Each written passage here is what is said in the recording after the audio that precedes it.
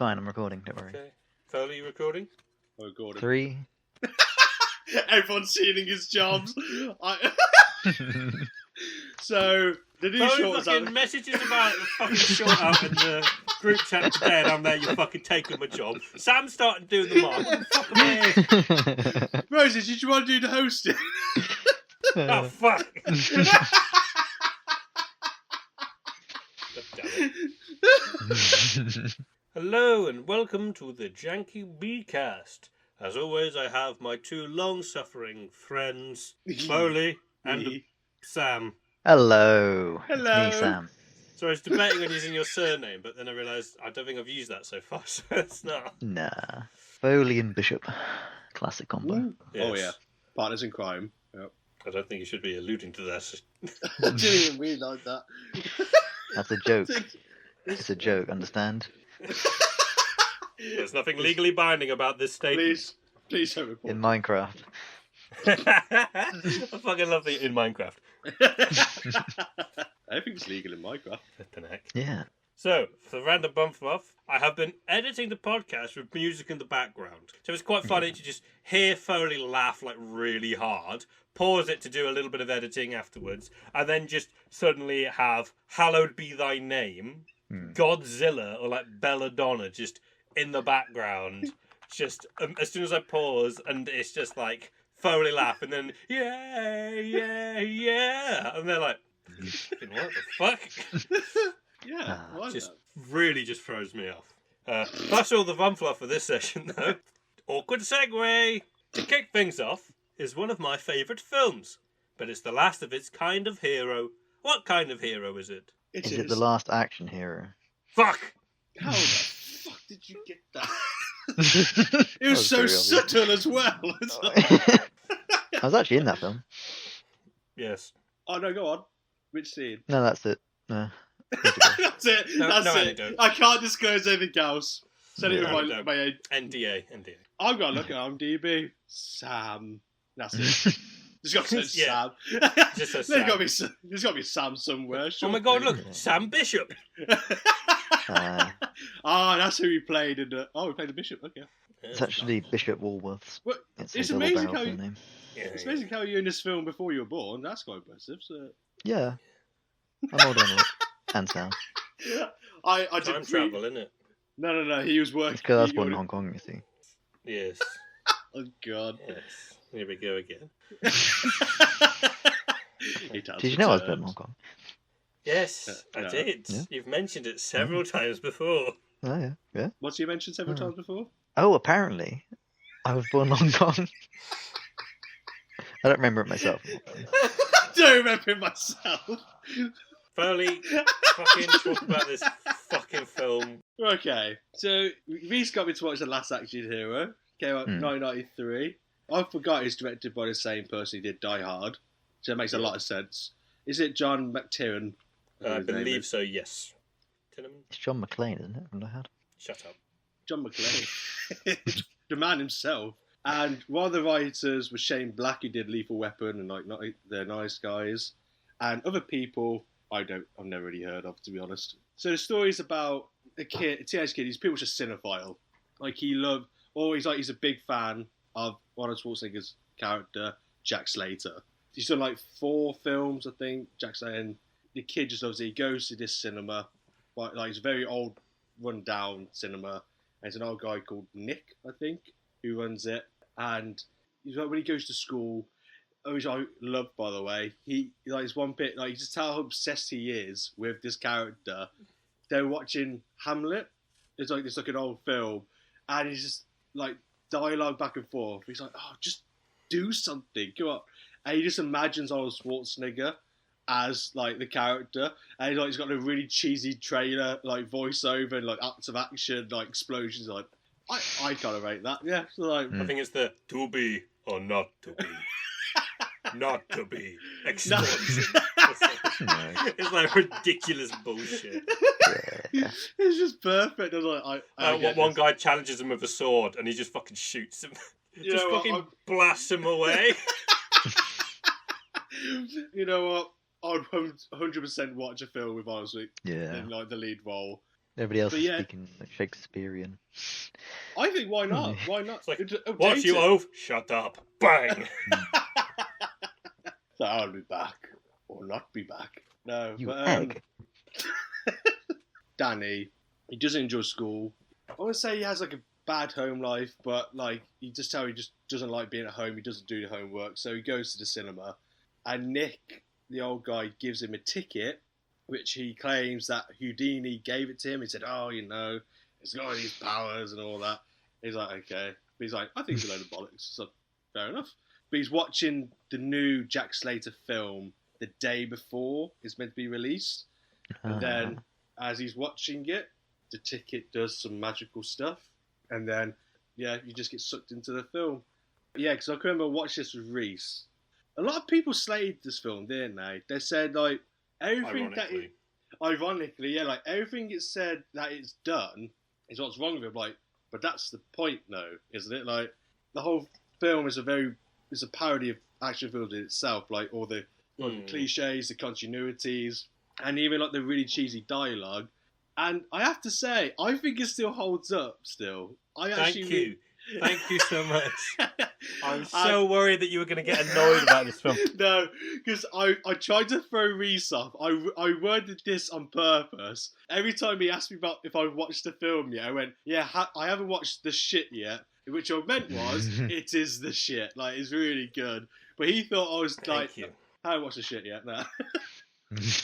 I don't know. I don't get why people. It's not a masterpiece of a film, but it's the fact like everything gets done or what it's trying to do. I think it does really well.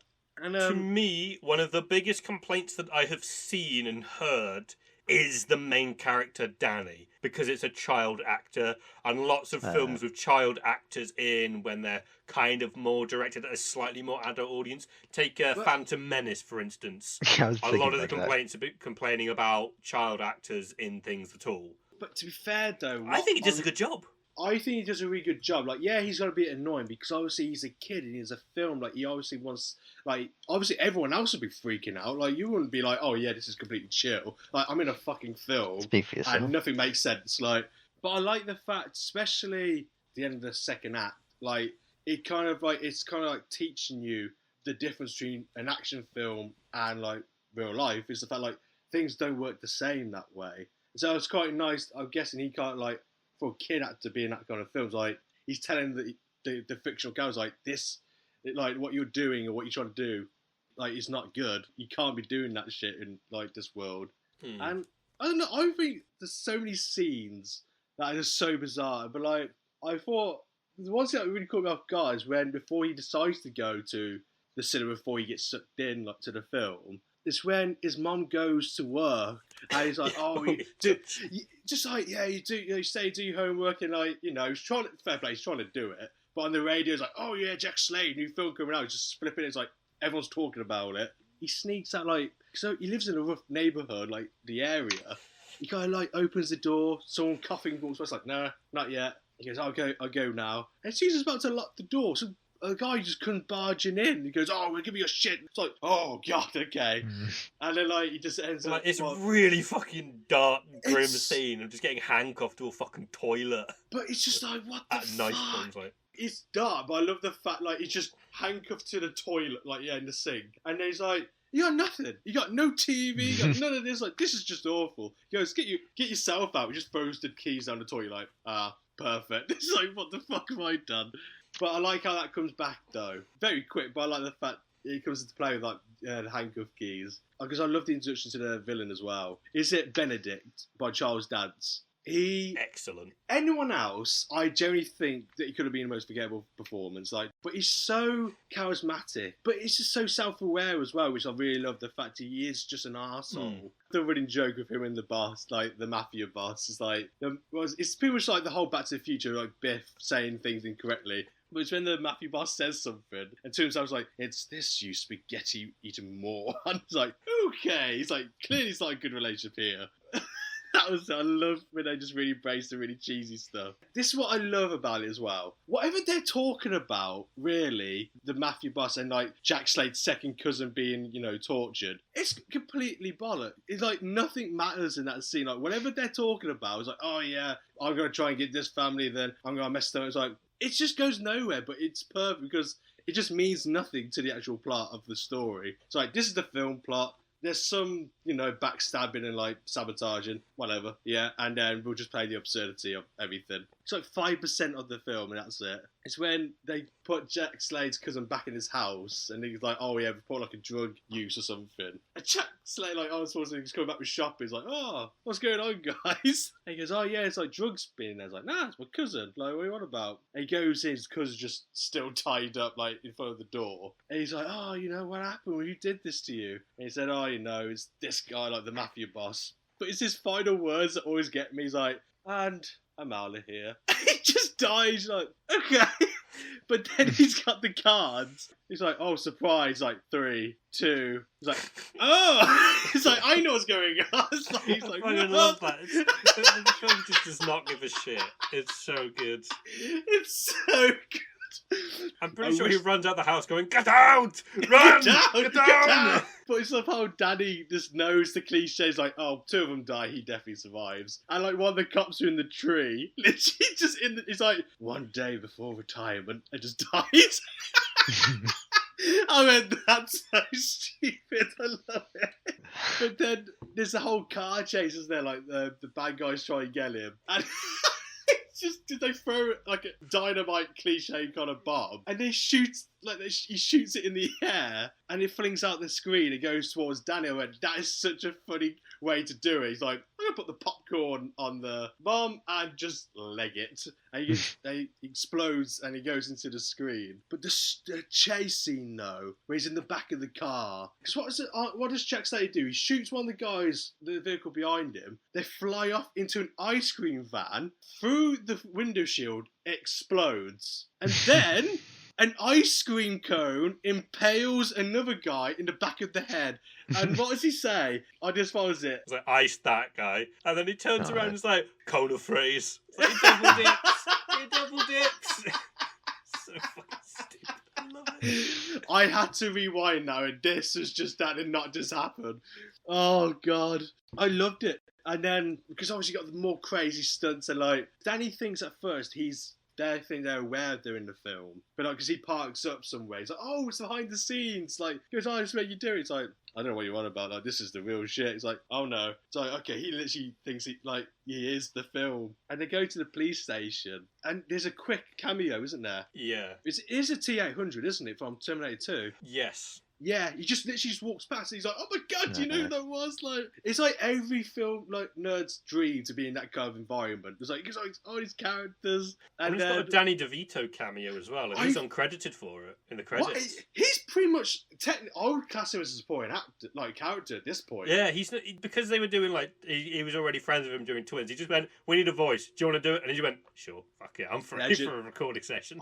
I didn't want to look it up. I was like, I swear that's just Danny DeVito. That has got to be Danny DeVito. Yeah, he's like an animated character, isn't he? Like a cartoon character. It's like perfect. That's all you need. But my favourite scene, well, one of them, is when you got the angry captain. He just screams everything, and you just nonsensical stuff. It's like, oh, you got wings, and you got a car, you got a restaurant. It's like, I have no idea what the hell this guy's saying, but I'm used to it. But then I try and figure out where Danny comes into all this, because Danny starts revealing information that he's already seen from the film. He's like, well, he knows a lot about us, and they're interrogating him, aren't they? He goes, who are you? What are you doing? He's like, I'm from New York. I'm doing this, and I've just came here. He's like, oh no, I don't believe you. He's like, I fell from the bridge and just coincidentally fell into the back of the car. It's like, finally, the truth comes out at last. Thank God. That's what they believe. It's like, of course they do. Of course, that's the logic they believe. They tries to convince he is a character, like in a film. Jack says, like, okay, Danny will come along with me, but you got 10 minutes or something to prove it. Because Danny tries to get him to shoot him, doesn't he? Which is very dark. But he's like, oh, you can't do it, can you? Because you're PG, you can't do that kind of thing. And so it's like, okay, if you don't prove to me that, if you can't prove it to me that we're in a film, I will shoot you. He's like, okay, I can't tell if he's being serious or probably not. But he takes him to a video store and he goes, "Oh, I know this will prove it." Like, you go, "What was it?" He goes, "Oh, where's the Arnold Schwarzenegger section?" And she goes, "Oh, well, the real cinema section." It's like, no, like Arnold, not, you know. And then what was it? This whole paper cutouts in there. It's from Terminator 2 with Sylvester Stallone. And then he goes, "Oh no, this isn't right. This is like this is meant to be used." Like, why? What's not right? Like, he's a really great actor. He's really good. It's like, oh dear. It's like I was in tears at his performance. I was crying, and it's just there like that's a pat on the back as well as a little gag. It's like, well done, Arnold. It's like, well done. So I like the fact they really just went all out on it. He go on a little journey because he tells them where the house is. He goes, "Oh, that's where the drug dealers are." And he goes, "Oh, you know what? All my years of training, you know, psychology, weapon training, you know what? And all I have to do is drive down the neighborhood and go, that's the drug dealer's house right there." It's like, that's what I needed to do. It's like, yeah, very funny. Yeah, great. It's like, but then they go to the house, they knock on the door, like, Benedict answers. And he's like, "Yes, I'm like, may I help you?" He's like, "Yeah, I want to speak to the drug dealer, please." It's like, what? It's like, there's no drug dealers here. It's just so sarcastic. And like, you see Benedict just with a gun behind his back, just like, is he fucking onto us already? What? This is the way he turns to the kid like, "See, there isn't a drug dealer here," and then immediately lets go of the gun because he's like, "Right, I see, he's just appeasing this annoying little kid." Fucking hell. I love the back and forth though. Like, it couldn't be more film-like dialogue. It's like, "Oh, who's asking?" The Tin Man. He's like, "I want to know what's going on." He goes, "I want to go back to Oz then." Perfect. What was it? He goes, "Oh, what happens? Like, what are you gonna do if I don't go away?" And then he goes, "You have to deal with them." And you just like see like a group of like growling dogs. And he goes, "Oh, cute." Like, he goes, "Are they trained?" But yeah, just that's his fingers. Pans back to him, doing a pyramid stance. Like, like it's like, oh god. Dedication to the craft. Don't you just want to see that kind of scene there, like him teaching them that? Yeah. Like Benedict. No, like a little to the left. A little to the left, I said. It's like, "Oh, stop chewing your balls." It's like, "No treat for you." Just throws out the window. Stop sniffing his bottom. Turn around. I like this guy. He knows how to treat dogs. I like it. Yeah. Oh, sorry. I'm a bloody idiot. I realised I skipped over the most important bit straight away. I went straight into like Danny's thing. I think they go back to Jack Slater's house, don't they? And then, but his daughter's there. Slater says something to his daughter. I bet they wear the exact same thing as well. Like, he wears a red shirt and like jeans. She starts wearing like a red crop top and like blue shorts. I like that. I don't know, there's little things like that. But when she's introduced, it's like, oh, like he says something like, "Oh, I don't remember you." Like you know, like, "You go so fast." And Danny goes, "It's her first film. Like, she's just been introduced. Like, she hasn't been in the previous films." Like, I kind of like stuff like that where it's like it's following the film logic kind of thing. There's a picture of Jack Slater's son. This bit I completely missed out, and it's the most iconic bit as well. In the previous film of the Slater films, so I guess in the third film, yeah, the opening to the actual film as well, there's a killer called the Ripper, and he's on top of the roof, and he's got a kid hostage. And they're like, "Oh, got the police surrounding it." And then, what was it? It was like, "Oh, you know, let the kids go. Like, you know, we'll negotiate." And then a car pulls up, and it's introduction to Jack Slater, like, wearing his jeans. He's like, just not like cop uniform. And he's like, and the cop's like, "Oh, if you go up there, you're fine. Like, I'll have your badge." And, "Yeah, there you go. Take my badge." Just throws his badge. Then you got other officers trying to stop him going up, and he just kind of punches them. Like, he just goes like, "Yeah, just get out of the way. Yeah, I don't care." And he goes, "Oh, you know, like, I'll radio this." Like, "Yeah, I don't care." He just squishes a radio. It's like, he really doesn't care. But he goes up. It's like a standoff because the guy's quite deformed, the Ripper. It's like Georgie from It if he was growing up like a meth addict, really. Like, just like the really like weird eyes, holding an axe. He's got the yellow coat and everything. It's like, okay. But it's like, this axe is very, very weaponized. It's like spikes and everything like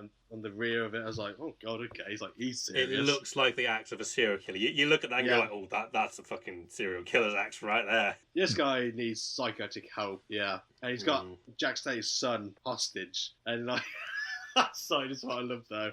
It's like, he goes, "Oh, throw away your piece." He just throws like the big gun away. It's like, "There, I'm done." It's like, come on, Jack. So I know that's like, really just one piece. And, oh, okay. And he just starts unloading all these knives and everything. It's just like the back of him, the front of him. Like, they just throws like a little gun. It's like, oh, there we go. It's like, I think that should be everything. And then I think he shoots the Ripper. He managed to, jump on the ground, shoot him. Very cool. Because I don't know what they're trying to do with this scene, though. Because I think it's the CGI at the time, but the Ripper throws the axe, and I couldn't tell. It felt like it should have been like a 3D effect. It hasn't dated that well, but he throws it. I don't think it was. No, I think it's slightly before 3D was bigger again. I'm trying to think of Jaws 3D when that happened, but that never happened. But yeah, he throws the axe, and then Jack-Say grabs his gun, shoots him, and then as he falls, he grabs Jack-Say's son and just pulls out with him. So since he has recurring nightmares or very traumatized by that, of course. So he's traumatized by that. He goes full smoke. So I think he gets triggered by it. So he's like you say, I'm gonna go out full smoke and get something. Yeah, I think his daughter's expecting a date. I forgot his name. It's Squidgy or Squeezy. Something really weird. I don't know that. It's a weird name. But then the door goes and Danny's like, oh, I'll get it for you. And then he opens it and Benedict's just there. And all of his minions just, crowd the doors may we come in? It's very gently. Hello, can we come in? Just leave. I don't really think I have a choice here. But he tries to close the door on it. And then Major just swings it open and Danny's behind the door. Okay. Again, it's comical, but it's so intense because of Charles Dance. He's got such an intense presence. Because it's funny though. Gets Danny Huss gets what was it? They can't escape. Everyone's just everywhere. They're surrounded. Charles Dance is just sitting down, looking through his wallet, and then he gets the ticket. Obviously, he's nothing to him. I think Danny tries to use stupid, the stupid film logic with him, and then Charles Dance, Benedict goes, I've killed kids or people younger and stupider than you. It's I don't think you're gonna get out of this one very easily. So it's a really weird interrogation, and he's trying to find out more about him. And he's you're from New York, that's a long way. Yeah, he goes, when did you get in? It's oh, just. It's well, how did you know about the conversation I had a few days ago? It's oh, we got really small microphones and cameras in your house. It's really? Yeah, is that that doesn't add up. So I just love Danny tried to be clever. It's yeah, I'm just not buying it. In the other room, which I really loved, Jack-Say's daughter was dancing in distress. You think? So she screams out of pain, because obviously they smacked her around a bit to shut her up. She keeps screaming. What she's doing as she screams, she's beating the shit out of the two guys. She's just flipping her. It's it's oh yeah, don't know. It's they're just getting flattened. And she's yep, that was fucking. I was okay. It's that is definitely his daughter. Yeah, 100%. It's just. It's such a funny way of covering it up as well. Just oh my god, this is terrible. Crushing someone's skull in. Oh my god, I'm in so much pain. But it's you say, I couldn't tell what would be funnier though. If it was you could just hear it, then they opened the door, oh, she wasn't the one in trouble, they were. Well, the fact, just actually seeing it happen, but her screaming, as if she's in pain, it's this is a really bizarre thing, but I kind of rate it. It's a really fun way to show that. And then the doorbell goes. It went, oh, it's it's got to be that date, which it is. So he's just a really nerdy kid. It's hi. It's I'm here. It's and then from the ceiling, Jack-Say just comes down. It's hi guys. And he just shoots the two, gets their guns and shoots them. What is happening right now? There's so many things happening. I can't post all at once. It's a massive shootout, and then one of the the bad guys shoot him up close with a shotgun. It's one of those. I know. So I can't remember what happened. I was I know something really stupid was going to happen, isn't it? But he doesn't react. He just slides he was a Terminator. He just no emotion. He's shoots them. And the guy's how? He just slips out the thinnest body armor. He's don't leave home without it. He's of course, just of course. It's just how nonchalant. No pain. Oh, that'll never work. But sure, yeah, that's fun. I know it's going off track, but it always reminds me, Rhys. When we watched the third edition to what's it called? It's third edition to what? No, it's the third film. What's it called? Oh, Shaft. Shaft. That was it. In the latest film, that shootout at the restaurant. I don't know what reminds me of this. They hid behind the table, didn't they? Yeah. And you just went off straight away. It's I hate when films do this. It's obviously going to go through the wood. It's going to kill him. And the cloth of the table just slowly falls off. And it's a steel table. And he went, I'll give him this one.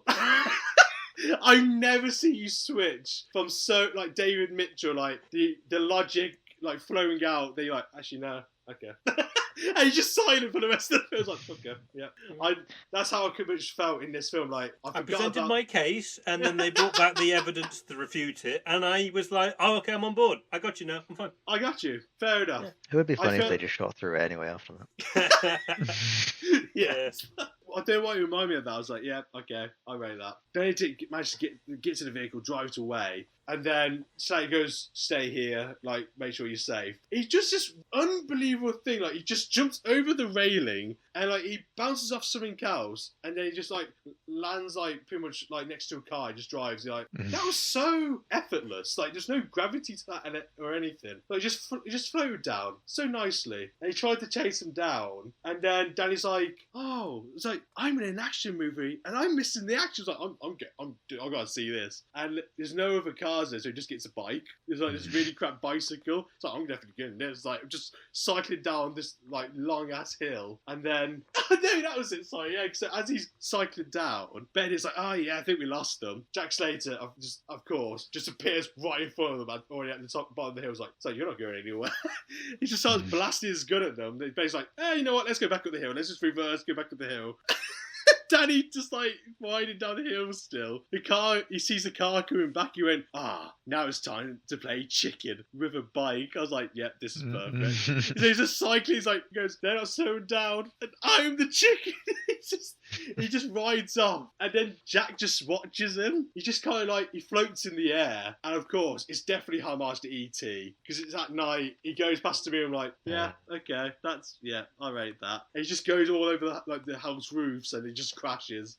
Jackson just carries him like, yeah, maybe just don't do that next time. It's like, yeah, I've learned my lesson. They go back to the house. Like, it's like a crime scene then. All the police are there. They're trying to figure out what's going on. Danny tries to make him say swear word, I think, as well. He goes, I know how to prove it. He writes, you don't see it, but you see him scribble something down and say it. It's like, is this some kind of sick joke of it? No, just say it. It's like, come on, just say it. Just waving it in his face like, say it. It's like, no. It's like, I'm not going to, because it's like, because you're PG, like, you can't say that kind of word. And as they're doing this little back and forth, what will the police officers find like an eye? There's something really silly written on it. And then he goes, oh, it does something, just click it into place. And then you hear a tick and they're like, oh, no.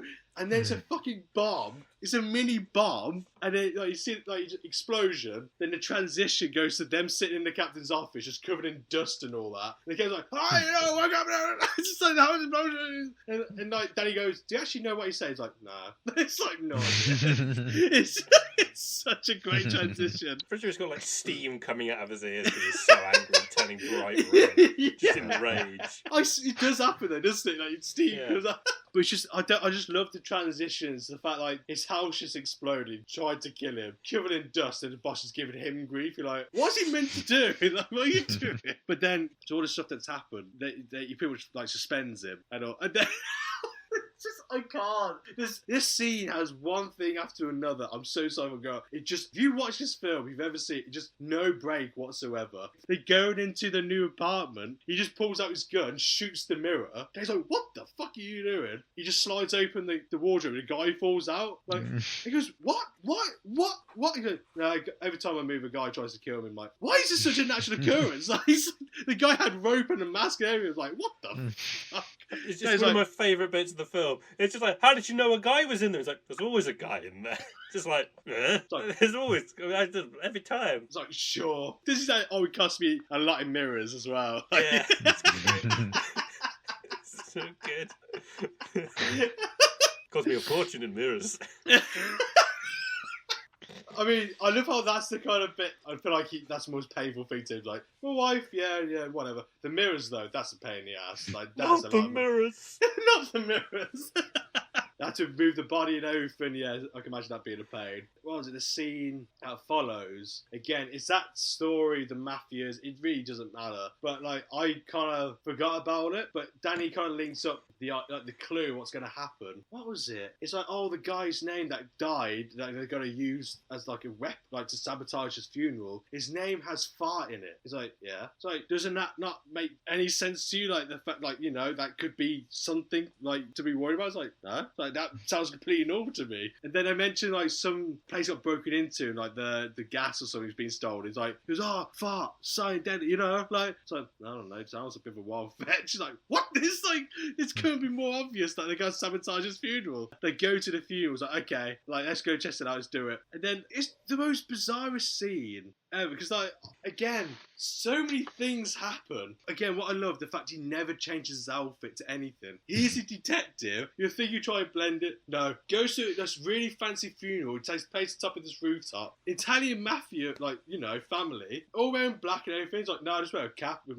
my outfit. I'm like, you know what? Fair enough. Yeah, you do your thing. Blend right in. Yeah. And then Danny's like, oh, I should come with you. He's like, no, stay in the car. And he's like, oh, but like, because doesn't always the guy in the car always get killed? When, yeah, but does he also get killed when he gets out of the car? He's like, okay, fair enough, I'll send the car. It's like, you get killed anyway. Don't fucking matter, mate. So you do you play it safe, you go ahead. He goes in, he's like, trying to see the dead body. Because then he finds out. Because I think Benedict, what he does, it's though when you realise the stupid joke after saying it, because Benedict sets it up, and this fat guy, like the guy's funeral, the guy called Fart, they've obviously put like this like deadly gas in the body, and to activate it, I just realised how Benedict does it. Pulls his finger.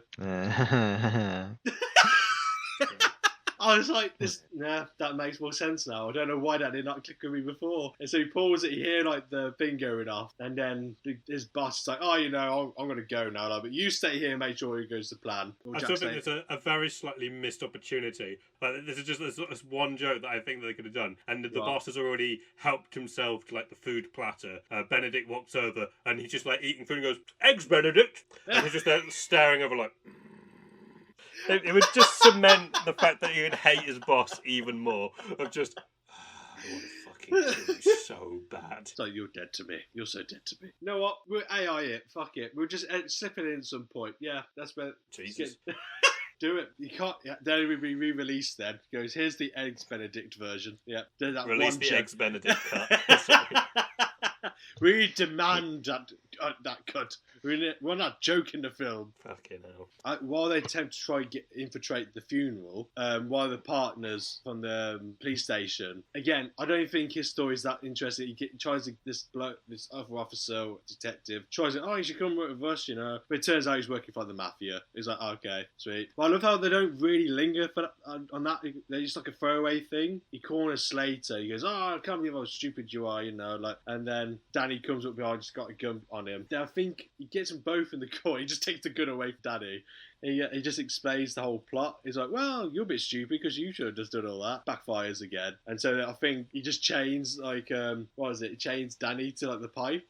He's like, it's hard to get out of this one. He's like, oh, wait, the guy who came into my house who chained me to the sink, I got the keys still. He's just getting, brilliant. So I love how that came into play. But then the guy still got the gun and was like, oh, God. It's like he did one thing, but he didn't think about he has a gun still. You hear a gunfire go off, you're like, oh, wait. And then a guy falls back. It's Danny DeVito character. Like, the cartoon guy just in the back, like, hi. It's like, sorry, a bit late. It's like, okay. It's like, what a legend. So he saves them. Then Jack Slater manages to get to the funeral, infiltrate with his cap and his normal clothes. That's and then funny, isn't it? He thought very hard about blending in. Yeah. So as Jack Slater's doing that, you got Danny on what was it? How would you say it? The bull wrecker kind of thing, isn't it? It's like a crane. It's like a big crane, yeah. Yeah, and like he goes, 2 minutes, give me 2 minutes. But as Jack Slater goes to the body, he just hears like the ticking. He's like, he goes, oh my God, he's still alive. He's like, he just imitates. Like, goes like, oh my God, get me out of here. He's like, don't worry. Just puts the dead guy over his shoulder. He could be more dead. Just runs through the crowd. He goes, he is a doctor. And some guy goes, I'm a doctor. He went, you are? It's like, yeah, I'm a doctor. He goes, like, I think there's something wrong with his chin. He just smacks him like, oh no, the doctor's fainted. Quick, gotta go. It's just so good the way he just sort of quickly just runs over. He's like, "What is the doctor? I'm a doctor. Oh, are you?" Smack. Oh my god, he's down. Oh my god. He keeps running. He's like, oh my god, he's fainted. Oh no. It's like, but then isn't Danny a bit like? Doesn't Danny overshoot it? He's like, gonna go to the other side. So he's just running with this guy in his back. But when he does something, then he turns around. Then every single family member at the funeral, like you got the old pensioners probably, you got the youngish family or like members, all start whacking out guns. You're forgetting the fact that the nuns do as well. Yes, like, the you've got nuns. nuns just pulling guns out of their vestments, and everyone's aiming a gun at him. It's so fucking funny. The camera just pans, everyone's just like going click, click, click, click, click, click, click, click. It felt like it'd go in a good way. It felt like it went on for like 5 minutes. Everyone just getting their guns. It's like, this is a very heated funeral. Like, fucking hell. Danny manages to catch him like with the crane, and then he's got like a few seconds left. So Jack's like trying to kick the fucking body off the hook, off the crane. Like, why can't you just fucking get off? And then he just has to jump onto the grip onto the body itself, and they both fall into like this. Oh, is it tarmac? Like you go like the dinosaur. Of tar. It's so fucking funny. Two things I love about this scene is the fact he swims, like he manages to swim away, and then you just see where the body was, just see this bubble expand. You're like, is it gonna do it? Then it like deflates, and he goes silent but deadly. He's like, yep, thanks Arnold, yeah. Then I think it's my favourite gag about the entire film. Same. I love this gag. Yeah. This is my favourite fucking gag. It's so good. It's just like two stages, isn't there? He gets like a handkerchief. But bear in mind, he's literally like completely tarmacked all over. Like, and so what is it? He just wipes his face, and then the next shot is completely clean. Like his face is completely clean. And then there's more exposition. And he's about to get in the car, and all of him's clean. You're like, one handkerchief did that. I love it. Yep. Like, completely, like, nothing happened. You didn't drop his tarmac. So funny. It's so good. I don't think it was even like a handkerchief. I think it's like a fucking tissue. So it's even smaller than a handkerchief. Like this thin little wasted space tissue is just completely cleaned in. It's just nothing. He just wipes all clean. You went, that's what one sheet does plenty. There's no lie. That saying is true. Yeah. After that, they realise that Benedict's like, maybe Benedict is behind all this. Like, thank you for coming to the realisation of this. Like, really? You don't. Oh, the guy with the glass eye trying to shoot you. Yeah, that guy. Like, I think there might be a little connection. Oh my god, how... Okay, it's like a little nerd thing. When Benedict goes back to, like, the gang, like, the drug dealer house, like, his boss's house, it's when he goes through Danny's thing. It's like, he looks at the money, he looks like his license or whatever. Well, not license, but like his ID. And then he finds the ticket. And what I don't know why I love this. It's when the ticket starts, like, radiating the power. And then he kind of, like, touches the walls, like, oh, like, that's interesting. But then on the TV, the Twilight Zone is playing, like, like from the 50s. So it's like, do. I went, why does that fit perfectly? Like, I could not have you ever seen, like, thought you were in a parallel world? But, yep. That is just perfect. Haunting, but so cheesy at the same time. I love that. And so I think he realises there's like, okay, I've got to escape to this now. Like, I don't give a shit about this world. I found this really confusing. He comes back in the house. The boss is like asking, like, oh, how did the funeral go and everything? Like, did it go to plan? You hear him very faintly, and he goes into this like big room, and you see a bar, and he's still speaking. I'm like, where the fuck is this guy? Like is he just shouting from the like pool? Which he was. It pans over the bar, and he's like a little doorway under the bar. I'm like where he's swimming. I'm like, okay, extravagance for the sake of it. It's just like my brain's already fried of all like. Too fair. It's like the logic. There's no logic in this world. I'm like, sure. Why not have a little secret swimwear like underneath your bar? He goes out. He's like, and he goes like, everyone was running in terror, even the little ones. They're dying and coughing. So really, he's like, no, you like Italian buffoon. It's like, I did not. I don't want to work for you anymore. So it's like, what? It's like, bye. It's like he just shoots them. It's like, I don't give a shit. It's like, see ya. Bang. What I love is the fact when they realise, okay, let's get Benedict now. Like, he is the guy we need to get. And like Benedict's like sitting at the bar, like in the house, just having a drink. This big like monster truck like vehicle just crashes through the wall, and it stops like centimeters behind him. He just doesn't react. He's like, oh, okay, I'm sure. It's like, oh, it's like one way to enter the house, I guess. Slater punches him. I think he's like asking about, like a warrant or something. But he punches him, and then him, like Benedict, and like the house servant just vanish through the wall, like into the walls. Like, oh, okay, that's one way to do it. And then they have to go in and chase him. Benedict gets away, and then then it takes Jack Slater back to his house, and like it's like a sweet thing because Slater kind of learns. Obviously, he's a fictional character. He's like very hard hitting, but it's your mom's a lovely lady. Like it's the first one I just spoke to a woman actually. It's like just chatting to her, like nothing else. Like that's a start, I guess. Like fair enough. But I like the fact he comes on like a father figure to Danny in a weird way. So it's nice little moments like that. But I loved what they did with Benedict though, where he knew the ticket's power. So it's like he's just in a calf talking. It's like, look, I know, like this is a bit weird. It was for me, but I know we all want the same thing. And then he's just like talking to the character, the Ripper. He goes, I know we don't want Slater dead. We want him dead. It's like just a picture of like Arnold Schwarzenegger. It's like that's who we want dead. And then it's just such a cool concept. It's like right, like bringing about that. But there's one thing I wish they did. I didn't really think about this actually. As they're on the run, they're trying to get Benedict because. That was it. It's when they're out looking for him. They see him across the street. And he goes, oh, okay, there he is. Just pulls out, he's going to start shooting. It's like, he goes, you can't do that, like, around here. Like, you can't do that. It's like, well, it normally works. But don't say anything. Don't say a word. It's well, we need to get a car. It's like, oh, okay. Just punches the window. And he's like, oh, that really hurt this time.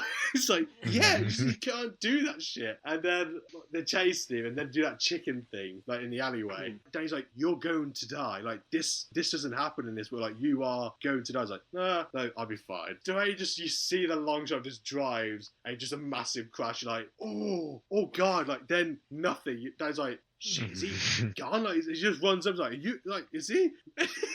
It's after like a few moments, so he just opens like, oh god, that really did hurt this time. It's like, yeah, you're gonna fucking die. Like, what are you doing? He goes, check if he's dead. He's like, he's dead. Look, the car's crashed. He's dead. He's like, no. I love this little nod. He went, it's like Die Hard. The guy is like hanging at the end. Yeah, he's like hanging. You think he's dead. And at the end, he comes out, shoots like, all right. So I'll go and check. He's dead though. Opens the door. Car's empty. He's like, It's like, maybe I should have checked. I don't think it might have been before. Benedict is walking through the street of New York, and like prostitutes are coming up to him. He's like, "Oh, how old are you?" He's like, "Oh, fuck you." He's like, "Okay." He's like, I don't know what the correct response is. He sees two people mug someone, and then I think you hear a gunshot.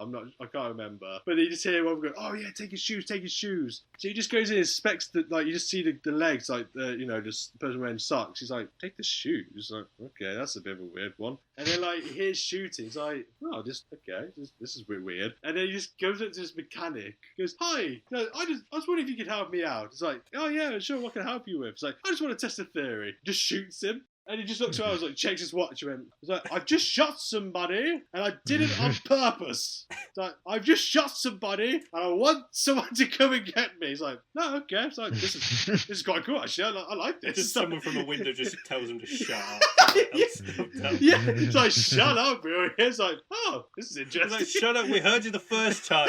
And it's just like, that's like, how convenient for me. So I kind of like this world. Okay, it's like, no emergencies, no police. Okay, sweet. So I think as he's like trying to, just figure out how this world works, then you got the Ripper that goes to, because it's a premiere of Jack Slater 4. And so you got Arnold Schwarzenegger there being himself. And then, I just love this. It's the fact they're on the carpet, people are like on there, the microphones, it's a big film. And then the Ripper just comes by. They're like, oh my God. I don't forget his name. It's like Phil. I don't know. It's like, Phil, like, you really have just gone all out. You as the character. He's like, he just awkwardly just looks at them, just stares, and then just leaves. And they're like, wow, he's doing method acting as well. And then the actor fucking walks up, and they're like, what? Because then his agent goes, "Oh, hi, Phil." He's like, "What the hell are you doing? Like, this is just not right. Like, people think you're going to need help. Like, you can't just come as the character of the acts and everything." And the guy's like, "I don't know what's going on." So he just, as well as deadpan's like, "I just want to kill Arnold Schwarzenegger." So that's my point. And just then, the way he's just holding his axe, and the guy's like, "Look, I got you a couple of roles. You just need to tell me you like it, okay? Okay?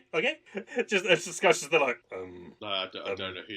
I don't know who you are, but sure. It's like, And then he's just like, okay, I'll call you about it later. Okay, I'll call you. And then he leaves, and the guy's just like, give some fucking moving on then, sure.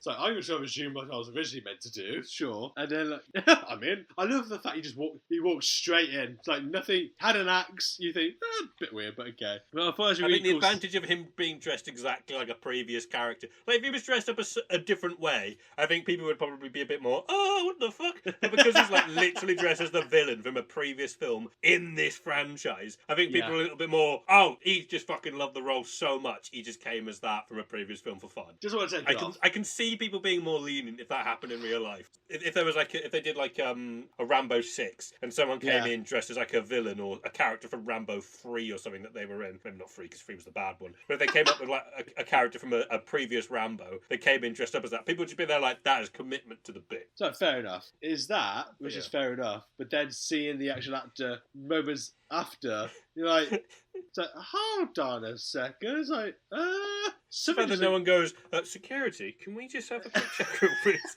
Should be easy to spot. He's dressed up as in a yellow fucking raincoat and wearing chainmail. Can you look to that, please, for me? It's like, because I've got the actor right here, but the guy's got it there. This makes no sense at all. He's got an axe. The subject is armed. Just double check for me real quick.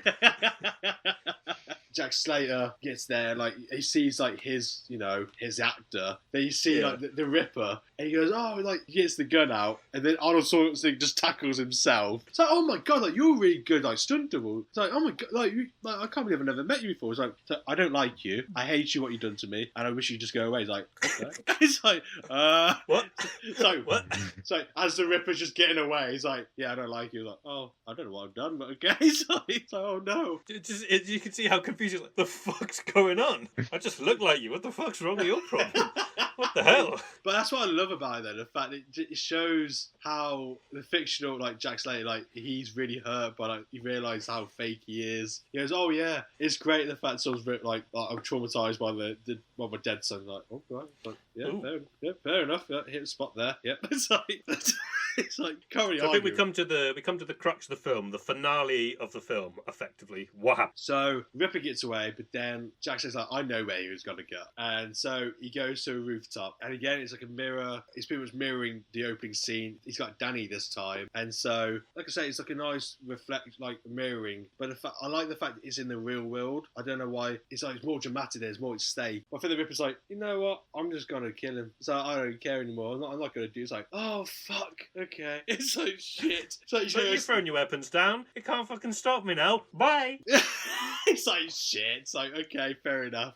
I think it's literally okay, now let him go. Poor choice of words. Yeah, it's like Heath Ledger. It's like, oh, very poor choice of words. Yeah, he's just frozen, don't he? It's like, there you go. It's like, okay, they're not messing around this time, because I think they have like a little scrappy fight. Then I love the fact he notices like the wiring, so like he just pulls it out, he just cuts it, and lets the live wire just drop onto like this puddled like floor, and he just gets zapped. I was like, oh, okay. So I like that. So it's like, it's a nice way. It's like, he's definitely dead now. He's definitely just gone. Then he managed to save. I love the fact he actually becomes like the real hero, because Danny's hanging off like by a little. It's like a statue or something. Also, I just want to point out at this point, when he still thinks that Danny's dead, he's like going, Danny, are you okay, Danny? And it's just so funny hearing him being like, Danny. I just love the way that he says Danny at that point, just screaming with just like, Danny. It just gets me. It's so funny. Danny! It shouldn't be. It's like a really serious moment, but he's just like, Danny, are you okay, Danny? Danny. Like with his eyes like just wide as like, Danny. The not so emotional part now. Let's just have you crying with laughter at this point. It's the fact like they uses the wire, doesn't he? That he cut and like lowers himself down. He's like, oh, got my hand. Like, but it's like a really sweet moment. The fact he actually does catch him. He does. But I love the fact. I swear though, as soon as he gets him, he's like, I got you now. Just flings him over. It's like just fucking hell. Like there must be. They were couldn't be that high. They could have been. They were quite low, surely. Like where Danny was. He's like, yeah, there you go. Just flies him over. It's like that was effective. Like, he's like, oh, there you go. But I love on the roof now, Danny. Yeah, safe now, Danny. Then Dan DeVito comes like, yeah.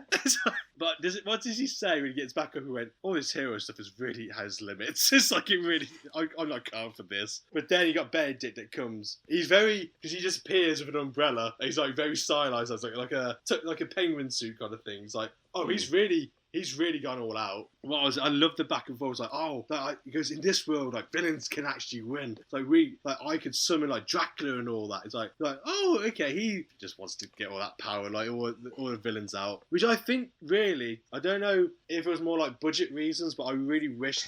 I get it would be a bit too ridiculous, but I kind of wish they did brought some villains out, but it might have been a bit too stupid. Godzilla. Yeah. Or is he just misunderstood? King From Kong, the the American one. No. Oh, God. I don't think that was out yet. I think there's still 5 or so years for that. Yeah, that's true. Wait, which one? The Zilla. Brooklyn one. Oh, Zilla. Yeah. Well, you got Godzilla. You got black and white one, the little puppet. Bring him out. Go on, come on. But And it's still just a man in a suit. like literally, it's like they didn't even try like upscale it. It's like he's just like a normal average sized guy in a suit. He's like, yep, Godzilla. There we go. There he is. Who's Just got Godzilla? Arnie fighting the guy in the suit. Just Oh, what a title! Jack Slater versus Godzilla. I love this scene as well because Benedict starts shooting at him. It's like, I love the fact they waste no time. The villain, fuck it. It's like if you actually die, you die. He fires like 5 shots. Oh, it's empty. Then Jack Slater got a bit cocky. He goes, "Oh, what's the matter, Benedict? Did you forget the number 1 rule? Like you didn't reload your gun?" He's like, "No, just forgot to fill the 1 chamber." He just shoots him like, "Oh, fucking hell!" Well, when in doubt, it's like, "Yep, got you now." He goes, no, Jack. I just left 1 chamber empty, and then just blast him and just Boom. oh no, this guy's competent. Oh shit. But I love that because then Danny tries to help him. Then he just smacks Danny, don't he? Yeah, it's just like, no, fuck off. It's like, He just he's just felt really bad. It's like, Danny starts crying, but then I think he was faking it to try and like draw him off a bit. And then I think he gets like the gun, and then like I love that because Jack Slater just points the gun at his eye because I'm guessing from before like he has a bomb and everything in his eyes, which is just ridiculous. I love the fact he just shoots it. It's an explosion. Then after he's like, "No sequel for you." He's like. I was like, perfect, absolutely perfect. Because obviously he's been shot. Like, he's trying to rush him to the cinema. Obviously the ticket, Ben Tad's gone now. So he's like, oh, fuck. Yeah. So I can't get him back. Try to get him into the ambulance. And then he's like, oh no, we got to be careful. Danny's like, we can't fucking wait. He just pulls out a gun and they all just run. It's like, why do they always run when there's a person with a gun? Like, why? And it's like, why do they do that? But he managed to get into the cinema. Of course, because I think, where's the old black and white film? Is it an old black and white Seventh Seal? Something like that, yeah, something like that. Because the ticket from the explosion flies into just a different cinema. And obviously the one character in the film that would immediately be able to tell if something is wrong with the film, the literal incarnation of death, immediately just realises that there's a way out of the film, and so just fucking leaves. Like, and who plays death in this Like, film, Foley? Magneto. Indeed. Yeah, it's Ian McKellen, isn't it? Yeah. Yeah, Ian McKellen. And he's so good. He's only in it for like 3 minutes at most. Yeah. But he's fucking excellent. It's just like, again, he's another actor that has that presence like, oh, fucking hell, okay. But I love the fact that he's not a villain though. He kind of helps him out because when he approaches like Danny's like, oh, like you fucking leave him alone and everything. He's like, introduced as a threat incredibly quickly because he's just walking through the city and he's just like tapping people on the shoulders and then they just start fucking dying. Like right there. So it's just like, oh, guy eating a hot dog and suddenly like and starts just choking to death. I love the fact it's like, oh, a new world, but the job has to be done. It's like, dead. He's like, oh, okay, yeah, just take your time, sure. And then he comes to the cinema. He says like, oh, Jack Slater's not on my list. We're like, but you are. He's like, oh, but then he's like, oh, you live long enough to be like a grandparent. You're like, Jesus, okay, like that's good, I guess. Like he doesn't die young. It's the way that he just walks in and he's like, I'm just curious. He wasn't on any of my lists. And it's just like, what? And he's like, I don't do fiction. It's the, oh, okay, Like, sure. sure, but you are a fictional character in a way. But then he kind of gives that little hint. He's like, I'll check the other half of the ticket. It's like, oh, God. He just, again, no way, so he just kicks it open, like coins everywhere, like tickets everywhere. It's like, okay. Fucking drop kicks the entire fucking, ticket box. Just it's like, no, I don't want to waste. cuts to him going, that is so funny. So I swear Death hasn't even walked out yet, but he just ran past. He's like, oh. Okay. He just like sprints past him like, damn, So- Danny, fucking hell. So what I don't know. But yeah, you manage to find a ticket. They go back to like they manage to get to the scene where it's like a police station, and then like Arnold's like still holding on to like onto his life, and then he goes, "Oh yeah, we need a doctor. Like he's dying." And then Danny like kind of slowly walks out of the film. I love how like everyone panics around Jack Slater. The doctor's like, "This is some kind of joke. It's not even a flesh wound. You're absolutely fine." It's like, "Oh okay." It's like I'm healed. It's like sure. It's like. Yeah, I think it kind of ends here, like because then he's more self-aware, then, isn't he? Yeah, it's so funny. Because then he starts hitting at the boss, but it's one of those. I'm a bit conflicted with this because I can't tell it's meant to be kind of heartwarming, but it's so cheesy. I was like, okay. He's like, because he tells them, like, oh, we're Hollywood. Like, they write us how they want us to, like, act. Like, you keep showing, you're just an angry man. That's how you're written. And he just, like, looks at the screen towards, like, Danny and winks. You're like, it's a weird moment. I don't know. It's just like, it's like, I get what he's... He just pokes his head back and like, okay, you can stop being cringe. Do 4-4 break when it's the right time, but not now. It's just like hand goes back. It's like, okay. Technically, is it a fourth wall break? Because he's referencing himself who's in a film, but he's talking to another character who isn't in that film. So it's like it's a fourth wall break that isn't at the same time because it's like within another medium. True. If that makes sense. So is that a fourth wall break or is that like a fourth room break? It's like a room into a bigger building, effectively. I was going to quote Deadpool here. It's like, that's like 16 walls. Fucking hell. I feel like Spaceballs at this point, where like Dark Helmet is like, because when does this happen? And it's like, just right now. It's like, what do you mean right now? It's like, it's happening now. It's like, now? It's like, yeah. So when do we go back to then? We just pass. It's like, what do you mean? It's like, but that's pretty much how it ends, like Danny got to live his fantasy, which is also kind of terrifying, but I love the fact it's just all stupid. Every scene in that film is just mental. It's great. I love it. This isn't. I've had to do my best to be as quiet as I can because it's a very important rule. Because this isn't just my favourite Arnold Schwarzenegger film. This is in my 5 favourite movies. So I've had to be as quiet as I can constantly, just because otherwise I'll just go on and on and on about it, and I'll just keep gushing about it. Do you have a favourite character yourself? I'm curious because I know who mine would be. Who would be yours? Mine's 100% Benedict. Benedict is so good. Yeah. He is excellent. He's such a good villain. It's one of those I keep forgetting about this villain, and I rewatching this, like he is definitely up there as one of the most memorable villains. I think it's the fact he's still, how would you phrase it? It's the fact he becomes increasingly darker throughout the film once he realises none of it matters and he can just do what he wants now. Yeah. But it's the fact he still keeps his humour though. Like it's very, I think it's very tough to do when being a serious kind of role, but the lines given to him is perfect. No one else could have delivered that. The whole, I just shot a man and I did it on purpose. It's like, I've just shot someone. Like, yeah, shut up. Okay. I think if they had gotten like a contemporary to do that role, I don't think it would have been as good. No, because he's just excellently cast for it. And I just have to say this. Do you know who lived in Redditch for a bit? Is it Charles Dance? Yeah. Fucking. I don't think he grew up here, but I was like, he lived in Redditch. Yeah. I don't think that's another claim for me. I don't know, but it actually says that I'm. You haven't touched Redditch. You're claimed. Led Zeppelin, Charles Dance, fucking go. I don't know if it actually. I'm curious, Sam. Have you seen this film? Nah. What? I haven't seen it. I'm surprised I've not forced you to watch it. I forced you to watch it. He will now. He will now. Yeah, several then. You're welcome. Give me the 4 words. Come on, mate. Give me the 4 words. Last Action Hero 2. Did you say 2? Yeah. I don't think I'd want a sequel, to be honest. No, you can't do a sequel now. Unless when Danny's a grandparent, Okay. And it's still got Arnie in it, being young again.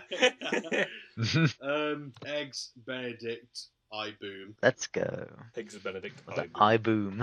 That's what I want to. I want to know what it says on his eye. It's so really, really stupid. I love it. Nice to meet you. My eye. She's a smiley face from the looks of it. Yeah, that is what I was it because when he first meets Jack Slater, he just pulls out his glasses, got a smiley eye.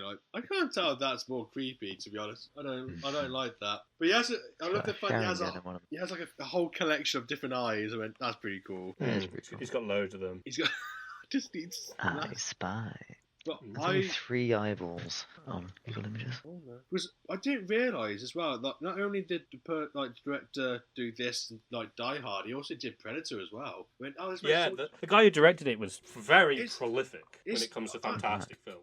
I like the fact it's a nice collaboration. I think that's what makes you can tell as well. Like you can tell with some films where there's a nice working relationship with the actor and director. Like they just knew what they were doing, and it's quite nice that Shane Black, because obviously Shane Black was in Predator, wasn't he? Like he plays a character called Hawkins, so it's quite nice that it's insane though to think he was just an actor. Then obviously how like this, it's like a nice full circle kind of thing as well. So I rate that. Yeah, I think we'll just take that for the final verdict. To be honest, I rate that. I rate that. Very nice. I appreciate that. Yeah. Okay, now time for a word from our sponsors. People of the internet, I bring you a proposal that will change everything. Too long have we called that false exclamation what it should not be. Exclamation mark doesn't pack a punch like exclamators does. So, down with the laborious exclamation mark. Up with the explosive exclamators. Help me give it the power it deserves and sign my petition today. Exclamatus over exclamation. Join the fight. Please. I'll buy you a biscuit. I'm going to very quickly go to the toilet as well, so I'll be right back. You wouldn't go to the toilet. You wouldn't download a car. Oh, Piracy is theft. I love saying this to people. Did you hear about that little video advertisement? No. He got fined for copyright. Oh, that one, yes. Yeah, they didn't have the music rights. It's like, it's annoying because apparently the composer only performed it once at a concert, and that was it. But somehow the people got a hold of it, or like, because it sounds like good quality, not from the concert. But yeah, apparently like, well, I didn't give consent to this, so I'll sue them. It's like, it's like the whole Obi-Wan Kenobi was like, you came the very thing you swore to destroy. It's like, add that to you were the chosen one. You're meant to destroy the pirates, not join them. The guy's got like his finger above the piracy button. Don't try it. You underestimate my torrenting. You underestimate my copyright. It's like, no. You underestimate my VPN. No, I love that story. It's like that explains why you don't see it anymore. That's even more fucking hilarious. I love it. But so when it comes up so Rhys, do you know the story in that? I was just telling everyone because Sam brought up the whole thing. He's like, you wouldn't steal a purse, you wouldn't steal a car, but you wouldn't download a car. You wouldn't rob a pensioner. Piracy is a crime. You would have downloaded a car. Help! I've done it again. I keep downloading cars. Did you know the iconic tune? They got sued for copyright. Yeah, that's not entirely accurate. I actually know the story for this. Okay. Oh yeah. The track was used by the same company that paid for it, but they paid for it on the understanding it was going to be for a short film, not for the understanding that it was going to be used in a PSA. That's in like 50,000 film. Yeah, because it was effective. Because it was an effective ad, and it was just going to be used at like a example at a film festival. I think it was effective in that it was popular. I don't think it actually worked in combating piracy at all. Everyone just thinks it's fucking hilarious. Yeah. It's so stupid. Piracy is theft, and theft is against the law. Oh yeah, that's definitely equivalent. I can remember most people as well saying, "Oh, that's not true." It's like how fast the downloading thing was. Like, no. So yeah, that's what we're taking away. It's like, that's a day or so back then. So you know how many gigabytes you have to go through at that point? Nah. Considering that it took like an hour for a fucking song, a film. You want to download a film? Like that's like two. You wouldn't download a song in 5 minutes. You wouldn't listen to music. Piracy is theft. You wouldn't order a McDonald's. I'm just doing it. It's completely irrelevant. And just be like, yeah, piracy is theft. No, but you wouldn't steal the nuclear launch codes. Piracy is theft. Do you remember the one, The Devil or something, where like the copyright one, where like it's like a branding thing. It's like a whole pile of like DVD, like videos. Oh god, I had that on the fucking Scooby Doo. God. What film or the show? VHS. It was like because you know like when people used to get branded with a P for pirate, it was a branded C for copyright. Wow. Why are they not just stick with pirate though? I don't remember that. It's really creepy as well, like his eye. You remember the scene at the start-ish of the second Pirates of the Caribbean? Oh, where there's like the guys in the crow cages and stuff, and they get their eyes plucked out. They should have done that with piracy. You know his crimes. You know what he did. Yeah. Hear ye, hear ye. On this day, the 25th of April, in the year of our Lord 2025, this man is sentenced to death for the crime of piracy He downloaded against the car. Microsoft. He downloaded the ship. He downloaded a car. You wouldn't do that, would you? You wouldn't steal the Black Pearl. It's Cuts to cursed. Barbosa. Cuts to Barbosa. I didn't steal it. I inherited it. I got it back. Oh, you got guidelines and rules.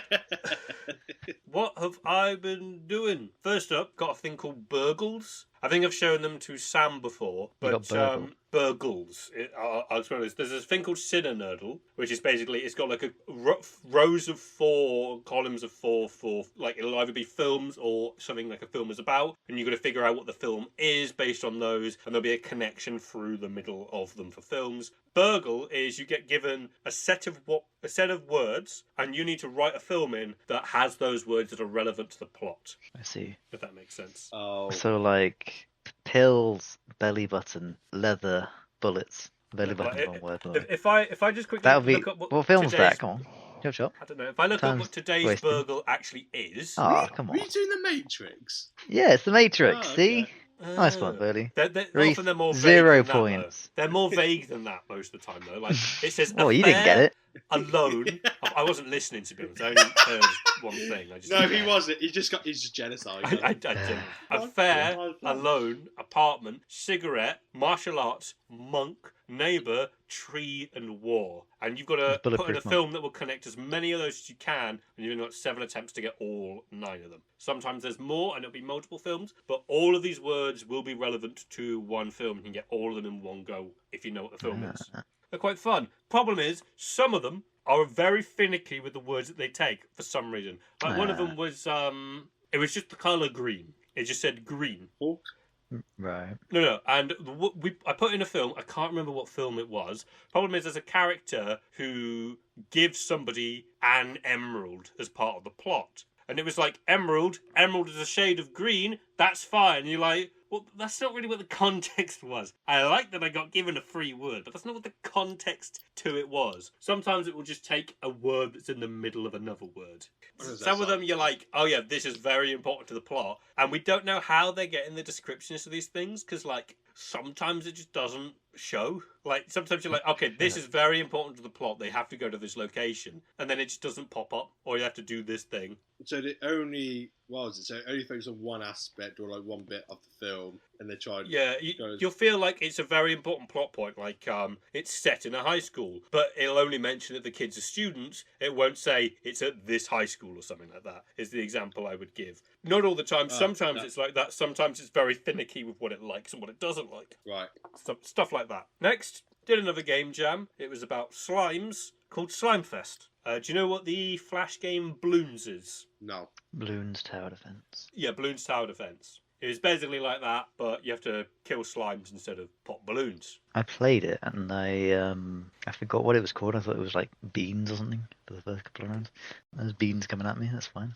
I can kill them. There is another game jam, but we're literally finishing, I think, tonight, maybe, or tomorrow. Tomorrow morning or something like that. Yeah, tomorrow. And that one is called Set Scale. The game. The game is called that. Set it's Scale. about Set fish. Scale. Is this Yes, about you fishes? basically, it's kind of Papers, Pleasey, in which you're a dockmaster and you're given like a piece of cargo and you need to weigh the cargo to make sure that the weight is correct. Next, I went to see the Minecraft movie, except I Yeah. didn't. That was a lie. I will not. So many emotions just happened just there. I was really I angry with haven't you seen then. it. Then I was quite relieved after you said you didn't. You're welcome. Can I just say, do you know? I know this is your bit, but can I say it was really annoying that What? you didn't advertise one film, and I think I told you guys I went to see it last Friday. It didn't get advertised that well at all. Death It's of the Unicorn. No, 'cause that's a recent one. No, it's a curse of the unicorn, isn't it? No, it's so it's a film that we all definitely love. It's 20th anniversary of Wallace and Gromit: The Curse of the Rare Rabbit. Hmm. Ah. We went to see it. Hmm. There's a lot of kids who are okay, maybe these are probably going to, like, these kids are seeing it. Nope, the screening All was. to the Minecraft movie. Yep, the screen was completely. The screen we had was completely. fuck. So I feel really. That depressed. sucks. Yeah, That sucks. It's such a better movie compared to the Minecraft movie. That is 100%. Yeah. a shame. Sorry, that's what I'm saying. I was like, so if people, just please go watch Wallace and Gromit if it's still on. carrots? A Or is bullet. it- A bullet. A bullet. Bullet. So funny. He just closes the curtain to get rid of the lightning. Like, a bullet. Yes, a bullet. I- Bullet with pure gold. I know. I don't think this is a thing as well. Like, you know, when the priest is giving that really dramatic talk, I swear he even like looks towards the window for the light. He's like now. I swear he does. I'm like, oh, that's such a clever little thing. Next up, I started to play one of my favourite games again. Then a remaster came out. Oh, have any Oh, Yes. This is- No, Oblivion. Yeah. I started playing it, and then a fucking remaster for Oblivion basically kind of wink, wink, we're not going to release it. Oh, whoops, we actually did. It came out, and it's bullshit. I can't play it currently. My computer's not good enough, and I'm not dropping 50 quid to just play basically a game I've already got. Until it goes on sale, I'm not going to get it. But it's one of your favourite games, though. Oh, it's actually. It is one of my favourite games. It's 50 quid, and it's Oh. made in Unreal 5. So I think it's like some sort of weird amalgamation of base Bethesda engine and then Unreal 5 for the graphics or something. Kind of, I think so, yeah. Finally, I was making a list of songs to attribute to D&D NPCs. Oh, yeah. And I was asked by Rosie, what songs would I attribute to people? And so I've got one for in- you, Foley, and I've Oh, got yeah. 2 for Sam. Okay. Do you want to know what songs I've attributed to you? let Sam go first. Yeah. Sam, go first. Cadaver Lover is Foley. By Lord. Jesus. I feel like No. That song. I like that song. Not appropriate for work. Sam's songs are... He's probably going to be surprised by this choice. I put Schizo Sultans of Swing by Dire Straits okay. Okay. and Right. Stuck in the Middle with You. I can't tell. There's a That's message there. Stuck in the middle with. Who's going to be the clown? Me. Okay, fair enough. And you're one of the jokers, I'm the clown, and Sam's just like stuck right in the middle. It's like, oh, Of come those on. idiots. No. Get me away. Yeah, I think they're like fairly appropriate. It's just because I think they're fairly chill songs, but there's like an impish charm underneath them. Is how I would describe it. If that makes sense. Oh, I'm happy with that. That's a kind of compliment, yeah. It's not- And Foley's Yes, is wait, What's New Pussycat by Tom Jones. Because I think that fits him so perfectly well. It is amazing. Sure. I was expecting like the village people on the YMCA or something, but not Tom Jones. You can get what I mean, though. I think that suits him really well. I'm a bit conflicted with this. I don't know. But yeah, sure. That's what. Is that like what you hear when you see It's like, if I had to sort of like put your personality towards a song, that's the song I think it would be. I'll have to do. That means if I see you in person now, I'll have to do like the singing and then the Carlton dance. You know, it's like just like my Pretty bedroom's a much, bit. yeah. Oh. Fucking hell. Sam, I what, reckon Sam, what song would you give to Rhys then? I'm thinking might be like an Ailstorm or a Glory Hammer song, maybe. Why Ailstorm? I don't drink. The zombies ate my pirate ship. That song is fucking excellent. I love that song. I'm not entirely sure it's appropriate for me. No, I reckon it's about right. Because it's like it's a really silly subject matter, but it's pretty serious sounding. A lot of them. It's a difficult one with Rhys. To be fair, the song that I kind of hear when I look at you still, and I think this is definitely your fault, was Priest. What is it? Judas Priest. Judas Priest. By Lord of the Lost. No. Is it Rockin' to like midnight something? Is it Living After Midnight? Living I After do tend to Midnight. sleep quite early in the morning, of like 5 Amazing. or 6 a.m. to be fair. So that does work quite a bit. I say Yeah. that's quite late in the morning, to be honest. Living after midnight, yeah, that's it. Late after midnight. You know. What about Diggy Diggy Hole? I reckon I'm So Excited by Lordy. That is another good one. Yeah. I do like that one a lot. Yeah. Time to spin the wheel. Oh no. I hope it's not Yeah, you're singing. fucking ready for this. Oh, It might no. not be an improv. This is going to be a short one. Okay. I am about to set a minute timer, and this Oh. one's entirely for Foley. Oh, I knew it. I just Ah. knew it. You, Foley, have 1 minute from when I press start on the timer to strike a chocolate brand from the world. If you could choose, you have to go. I cannot have a brand of chocolate. No, you What can't chocolate do brand would it this be? to me. No. 3, No. 2, no. 1, start. What Oh, chocolate brand are you getting rid of Oh, and why? God. I hate you so much for this. And Right. this is brand. You can't go Bounty. It means anything owned by the company that owns Bounty is gone. There's so much. Fuck. Okay. Kinder. You're getting rid of Kinder?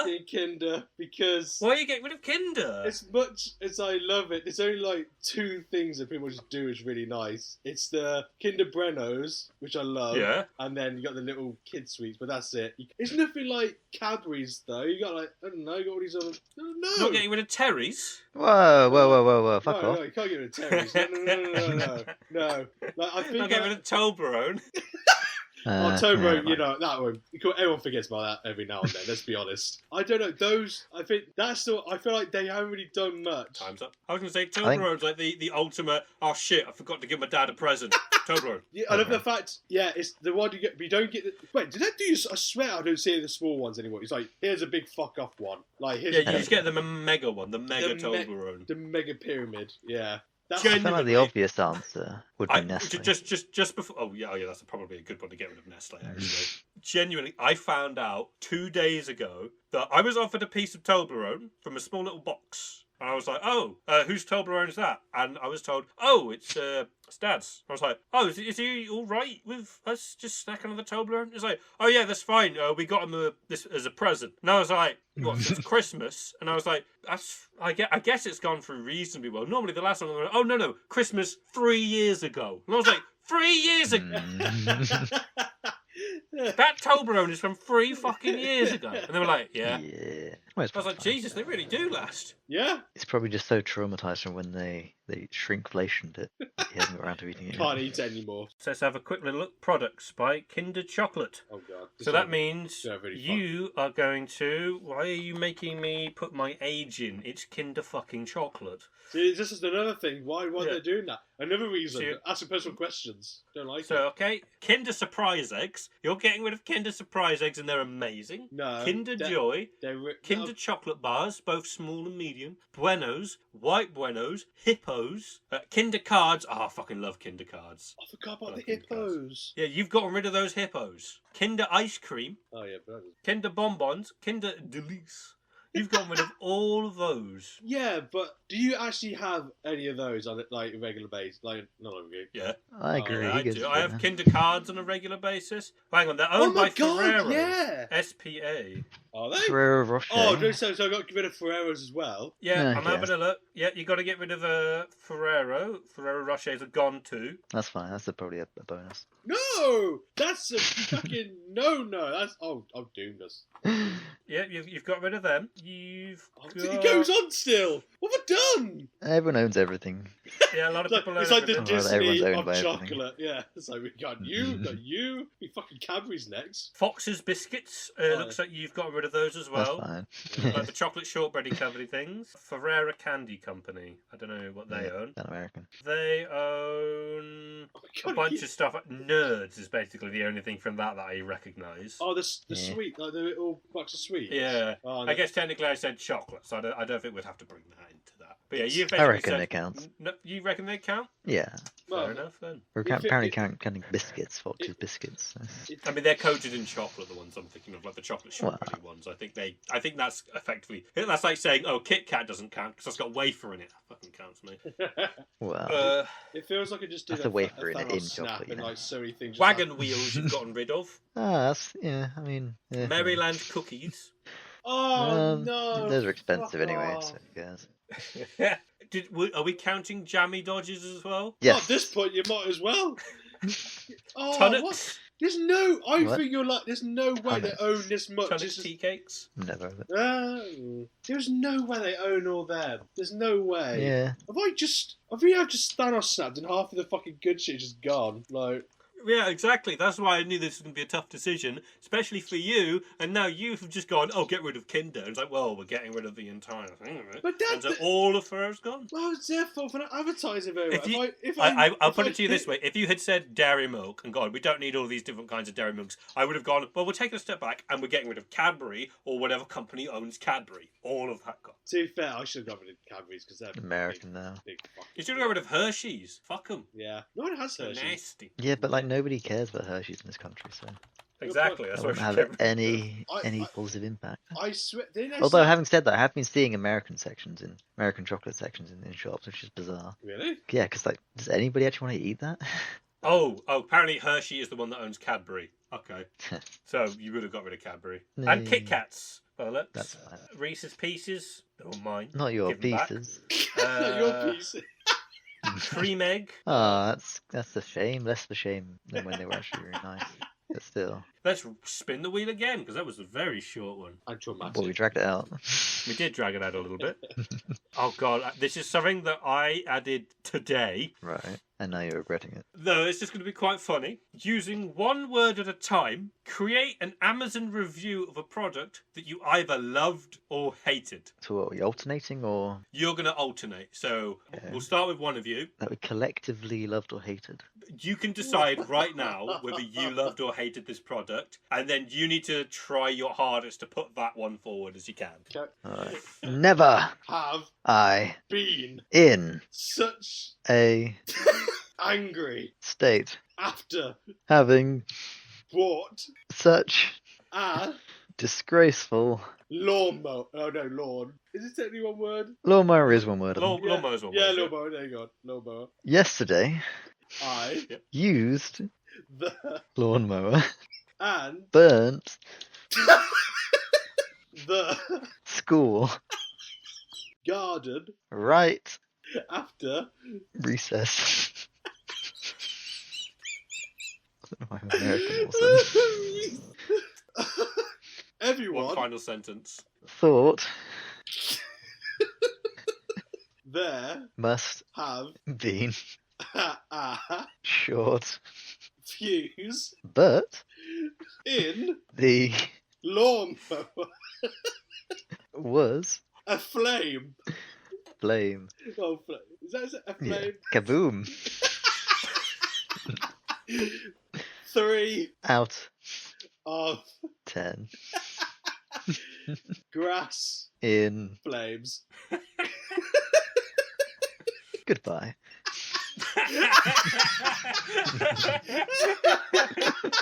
Goodbye. Signing off. Goodbye.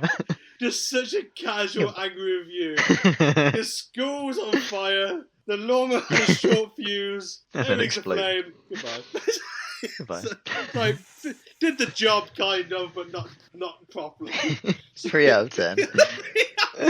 Burned down a school. So stupid. Oh, Okay. I love how Sam. I think I was trying to set up like I was using it after a few minutes, but it's like after recess. Like okay, it's so quietly. He's like going down that route. recess. Yeah. It's so quietly said recess. According to vocabulary.com, Bedlam is a scene of madness, chaos, or Ah. great confusion. If you allow football fans onto the field into the big game, it will be pure bedlam. Mm. Pure Sam, bedlam. what is it to you? Bedlam is an exercise in watching paint dry, Yes. or more accurately, watching my cursor like glitch its way gradually across the screen without me touching it. Yes. Because when I tried playing the game Bedlam, it freaked out my entire computer. It was very strange. Actually And so, bizarre, yeah. what did, in a mad panic a couple of days ago, I have to give you instead? Gave me a replacement game Yeah. called The Magic Circle. Have you ever Yes. seen The Magic Roundabout? Have you seen the Yeah. Have you seen the Magic Railway? I haven't. Okay. No, thankfully. I thought you were saying that to me. It's like no, I haven't. I was like okay. Never will. I have not. And I never will. So Yeah. is this? So you say it's the video game based on the Magic Roundabout? No, it's nothing to do with it. His face of just, Oh, Oh, okay. for him. I was completely in the wrong. I'm so sorry. So the Magic Circle, right? It's a game where you launch it and up comes the main menu. So unlike with most main menus, right, where there's some sort of fade in or like effect happens with a logo behind. Nope, this one you launch the game, bam, it's just there. One moment rather, it's not there, and then it's there. It's very strange. Great. So that's the not fun. menu, That's very no, strange. they normally fade in. So this main menu, right, it's got a plain white background. It's got a big black circle, sort of in the middle, slightly off center vertically, and across that is the title, the Magic Circle. Very cool. There's somebody behind you maybe is plucking away on a tune on an acoustic guitar. Pretty nice. And the menu options and everything it's been very, very default looking fonts. Like nobody's started anything up yet. It continues all the graphic settings and all that crap. That's pretty standard. So you hit the new game, and there a man starts speaking. And it sounds a bit like Lord Pendleton from Dishonored. He's got like a kind of, I don't know, sort of a weaselly voice. You know what I mean? It might actually be him. I don't think it is, but it could be. He sounds very different after this intro. It doesn't sound very different. It doesn't sound like Pendleton after the intro song. This guy is talking through a creation myth of some sort, and visualizing this as drawings on a whiteboard. And you can see around like the drawings or underneath them and stuff. There's like notes and stuff that people have jotted down in like pink pen and stuff about notes and ideas for a game. So while he's going through his creation myth, a woman interrupts him and asks him if he ever did dress-up roleplay with his wife. Yeah. That's Lovely. That's one way to start or open a game. Yeah, it's true. Yeah, I agree. So this is the guy is recording, right, the intro for the game, and he's like, yeah, fine, fuck it, you interrupt me and whatever.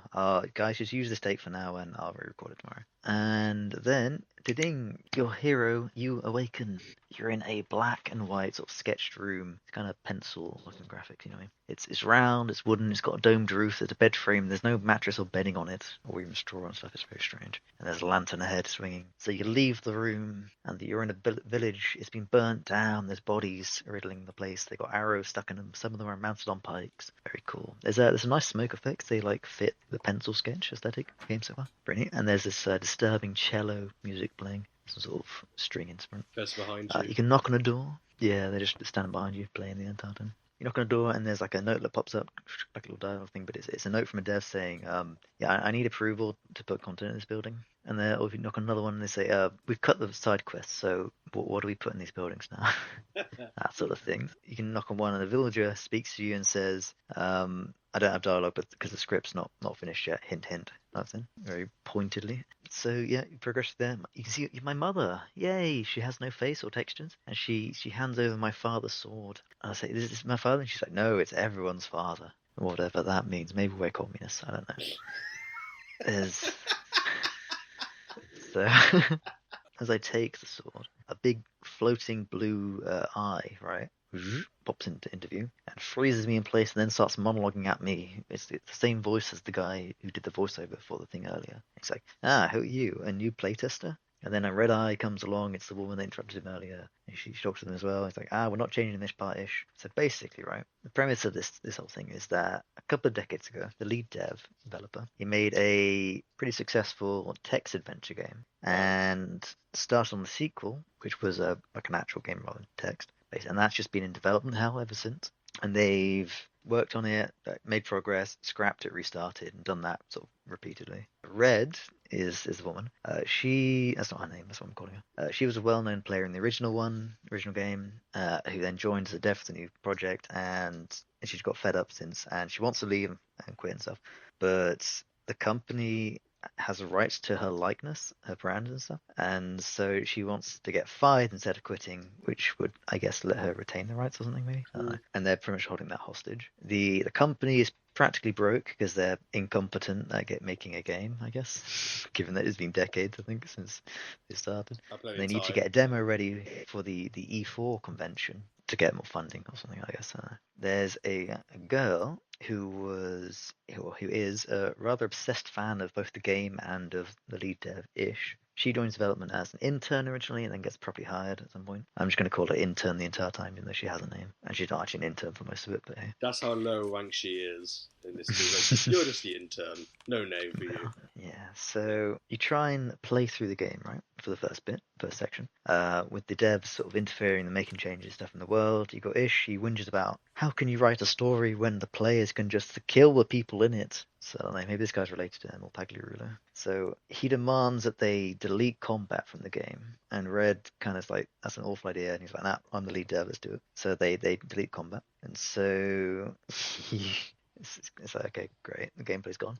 So you sort of stroll through a heavily abridged version of the game, right? Because most of it isn't built. They're incompetent. Yeah. You get to the final boss. You get to actually one bit where there's like a sort of one of these grand pedestal type areas. You've got these 4 sort of portals that would take you to different sections of the world. Go through those, do things, get some things, bring it back. Keys to open the main door, but those haven't been built yet. So you just interact with them and it gives you the key. So all right, placeholders again. Neat. Yeah, so you go through there, and that lets you get pretty much to the end of the game. Yay! So you go to the final boss, and combat's been removed, so you can't fight back, so you get murdered pretty easily. So not ideal. Yeah. So you die, but then you're still like in game, right? You're just a ghost now. Red tells you that there's a bug that hasn't been fixed yet. Lets you've been deleted, so you're effectively in the recycling bin, so you can see other deleted things, but you can still control yourself. The bridge off of this boss platform that was deleted earlier, but you're a ghost now, so you can go walk over the ghost bridge. Pretty neat. And that lets you get to the actual end of the game, which is just a big glowing circle on the wall. You walk into that, and bam, you've done it. Game over. So just before we do that, actually, intern makes an impassioned speech to Ish about not sleeping until the demo's complete and stuff, and he's like, "Aha, you're hired." Totally. Yeah. It's only the And there you go. You finish the game. You get kicked to the main menu. The game's over. No, there's definitely more. There's definitely got to be. No. So you're on the main menu, the actual main menu, and there are these glowing lights that look sort of vaguely similar to like square eyes, you know. And they start talking at you, and it's Mercer Frey, aka Stephen Russell, also known as Bellathor or Nick Valentine, and some other stuff. Apparently he's in System Shock too, which I didn't know. Yeah, yeah. It's also Garrett from the Thief series. Yeah, I saw that, which I didn't know. And he's also Corvo apparently in Dishonored 2. Yeah, that's why when I had no idea Dishonored, about. I was like, what the fuck? I was like, oh yeah. As soon as you said, I was just like, who's someone from Dishonored? I was like, not quite. He's basically just, hey, we're Bethesda guys. You're our number one guy. Give him a voice role. And he's like, right. Yeah, that makes sense. Sure. But yeah, he's got such a recognizable voice. It's great. Yeah, he's very. I recognized it instantly. Yeah, just. And he's like, let me guess, you're thinking, that's it? Did I miss the punchline? So Mercer, I think he's like the old pro or something in this. I'm going to call him Mercer. Yes, he is actually the protagonist of the very first, or at least one of the early iterations of the sequel, which at that point was going to be a space game in like sort of Doom era sort of graphics, you know what I mean? Very big data compared to nowadays. But whereas the current iteration is a very Doom ought to be Quake, because Doom's like 2D with 2D pixel sprites. Yeah, it is 3D. I guess it probably would be Quake probably, yeah. So that's me being pedantic Very a bit. Sci-fi. And he became self-aware and is trapped in this world. Ooh. Yeah, so that sound familiar? It sounds like a game series at the moment, yeah. Yes. It sounds like Alan Wake kind of thing. That's what I think of at the moment. Yeah, kinda, I guess. Yeah. Yeah, he got self-awareness, right? And at first, he was like, yeah, let's get this game done. And he sort of helped out behind the scenes. He was clearing up memory issues and that sort of thing, helping them finish the game. But then they scrapped it all and restarted. And he got like disillusioned and fed up. First he started then pranking them, sort of messing with their stuff. And then eventually he got even tired of that. This never-ending cycle of development, restart, that sort of thing. And now he just wants to be free. So, at Mercer Frey's direction, you kind of traipse around a bit until you get glitchy, because to fix things, you got to get broken, apparently. So, when you get glitchy enough, it drops you down into like a stack trace, right? It's pretty neat. You got like a little printout of the issue, and then that includes some of my actual system information, like my computer name, the actual hardware I have. That was pretty cool. So, hey, that's neat. Yeah. Cool. And now, yeah, it's pretty neat. So now you can go around the world. You can absorb life, whatever the hell that's supposed to be, from the world, and then use that to restore, delete deleted entities and objects and stuff. Oh. Which is pretty neat. Yeah. So Hmm. you go around doing that for a bit, and then Red and the intern, they show up, they freeze you. Intern's like, oh, do I score any points if I... And then deletes me. And Red's like, no! First, that was a live playtester. You just changed the world for everyone. And then the intern's like, say that again. So, okay. Yeah. Oh, right, okay. Is that Right. Is that kind They're of very game, is it? enthusiastic about the game. Too. So here's the yes. thing, right? Earlier, when I first went ghost mode, Red could still see me and speak to me, and she's the one that told us how the ghost mode works. But now she can't see me, and neither can Intern, which is a bit strange. And they're like weirded out because this section that I was in at this point was deleted, and I restored it. And it's like, why was he here? Also, this was deleted. Doesn't make sense. Mercer says we should kill the gods and see what's behind the sky. Damn. Yeah, there you go. You know, So- they thought about it rationally. Yeah, Mm. I'll just jump straight into it. Yeah, I've been thinking, guys, maybe we should kill the gods and crack the sky open. How's that sound? Only plausible way to solve this thing. Yeah, Yeah, Jesus. can Not go him. home he's not a god, or we so can kill the gods. It's a hell of a jump. Tell that to the Hulk. So now that we're glitchy, we can go and edit creatures in the world, no longer just get eaten by them. So when you do that, it lets you edit their parameters. Pretty neat. So you got stuff like, this isn't all of it, you got like stuff, their movement things. I move by ground, I attack with melee, my special abilities are, my enemies, my allies are, that sort of thing. So you can set things to be your ally instead of being hostile to you. You can let them fly around or float, which just hovers them in place, they can't move. That's pretty much it, yeah. Got melee attacks, you've got flamethrower, you've got like rail guns, got parasiting, you've got special abilities such as like fireproof or no, that's pretty much it. you have literally Yep. just Matrix this, haven't you? Like, no, he goes, we need guns. It's like everything just comes out. It's like, right, got Yes. creatures, got all this, that. So the way this works originally is that you can edit creatures and you start with nothing apart from yourself as an option. So you can make them allies of yourself. And to get more parameters that you can put into other creatures, you steal them from the existing parameters that are on creatures, right? So if you find a creature that walks around, you can steal move by ground from it. You can put it on somebody else. Same with all the other ones. Pretty neat. Nice. Oh, it's pretty neat because when you add these different parameters to creatures, it sort of updates their model to reflect that. So if you give something ground, it'll actually give them legs if they don't have them. If you give them flight, it'll give them little like helicopter things. Flamethrowers, it'll give them a little fire, then actually Nice. fires fire, that sort of thing. It's pretty cool. Yeah. Love it. So out of this brief selection of creatures I came across, there was a deranged dog thing, a cyber rat, a corpse, a turtle, a helicopter drone. There was like a walking robot thing. There was a rock, flame throwing orbs that rolled. There was a mushroom wizard. Which one of those do you reckon I spent all my upgrades on and gave the coolest abilities to? Mushroom wizard. The Rock. The rock. Yeah. It was just a rock, and I was like, yes. That's fair. Yeah. I thought it was going to be one of those two. I was thinking the Yeah. orb, maybe, but no. Oh, The rat Orb, could be yeah. cool as well. That's true. Cyber Had to rat. be the rock. Good. Yeah. I am the ultimate boss of this game, a cyber rat. I am the cyber that. What is it with Sam getting all I'm these also the weird first enemy in the game. creatures? Like, you see, like what was it? The Choo Choo, whatever. Like, no, Oh yeah, Choo Choo Charles. no, what? Chugga Chugga the Immaculate. Yeah, that was it. Yeah. Yes. He always gets these weird creatures, and I love it. It's like, Yeah. but I don't know, like, This just is just type a rock. Yeah. Rock. Yeah. Yeah. Did he turn to like the So- thing from Fantastic Four? Is that the thing? It's still the thing, isn't it? Dude. Yeah. That's it. Or did it just say, was it just like a really powerful rock? It's like just. It's just a Does it rock. still look like a rock, did it? Wait, so that means you got this rock. If you made it fly, it's a rock with like a propeller blade at the top. Yeah. Amazing. Yep. And it had a railgun on it, I think. Can you take upgrades away, or can you not refund Yeah. things? Okay, Yeah, you so can. There's these. Okay, so you got the parameters you can set. There's also the upgrades, which are like health, something else, and speed. I think, which you get from like finding in specific things in the world. I spent all those on the rock, and you can't refund those now. So you just had like the most deadliest thing you've had in the game. Is the Deadliest rock. The It's deadliest like, rock. Yeah. right near the beginning of fucking Shrek. It's like, I like that boulder. That is a nice That's a boulder. nice boulder. So that's not boulder. This is a no, it's not. It's not just a boulder. It's a rock.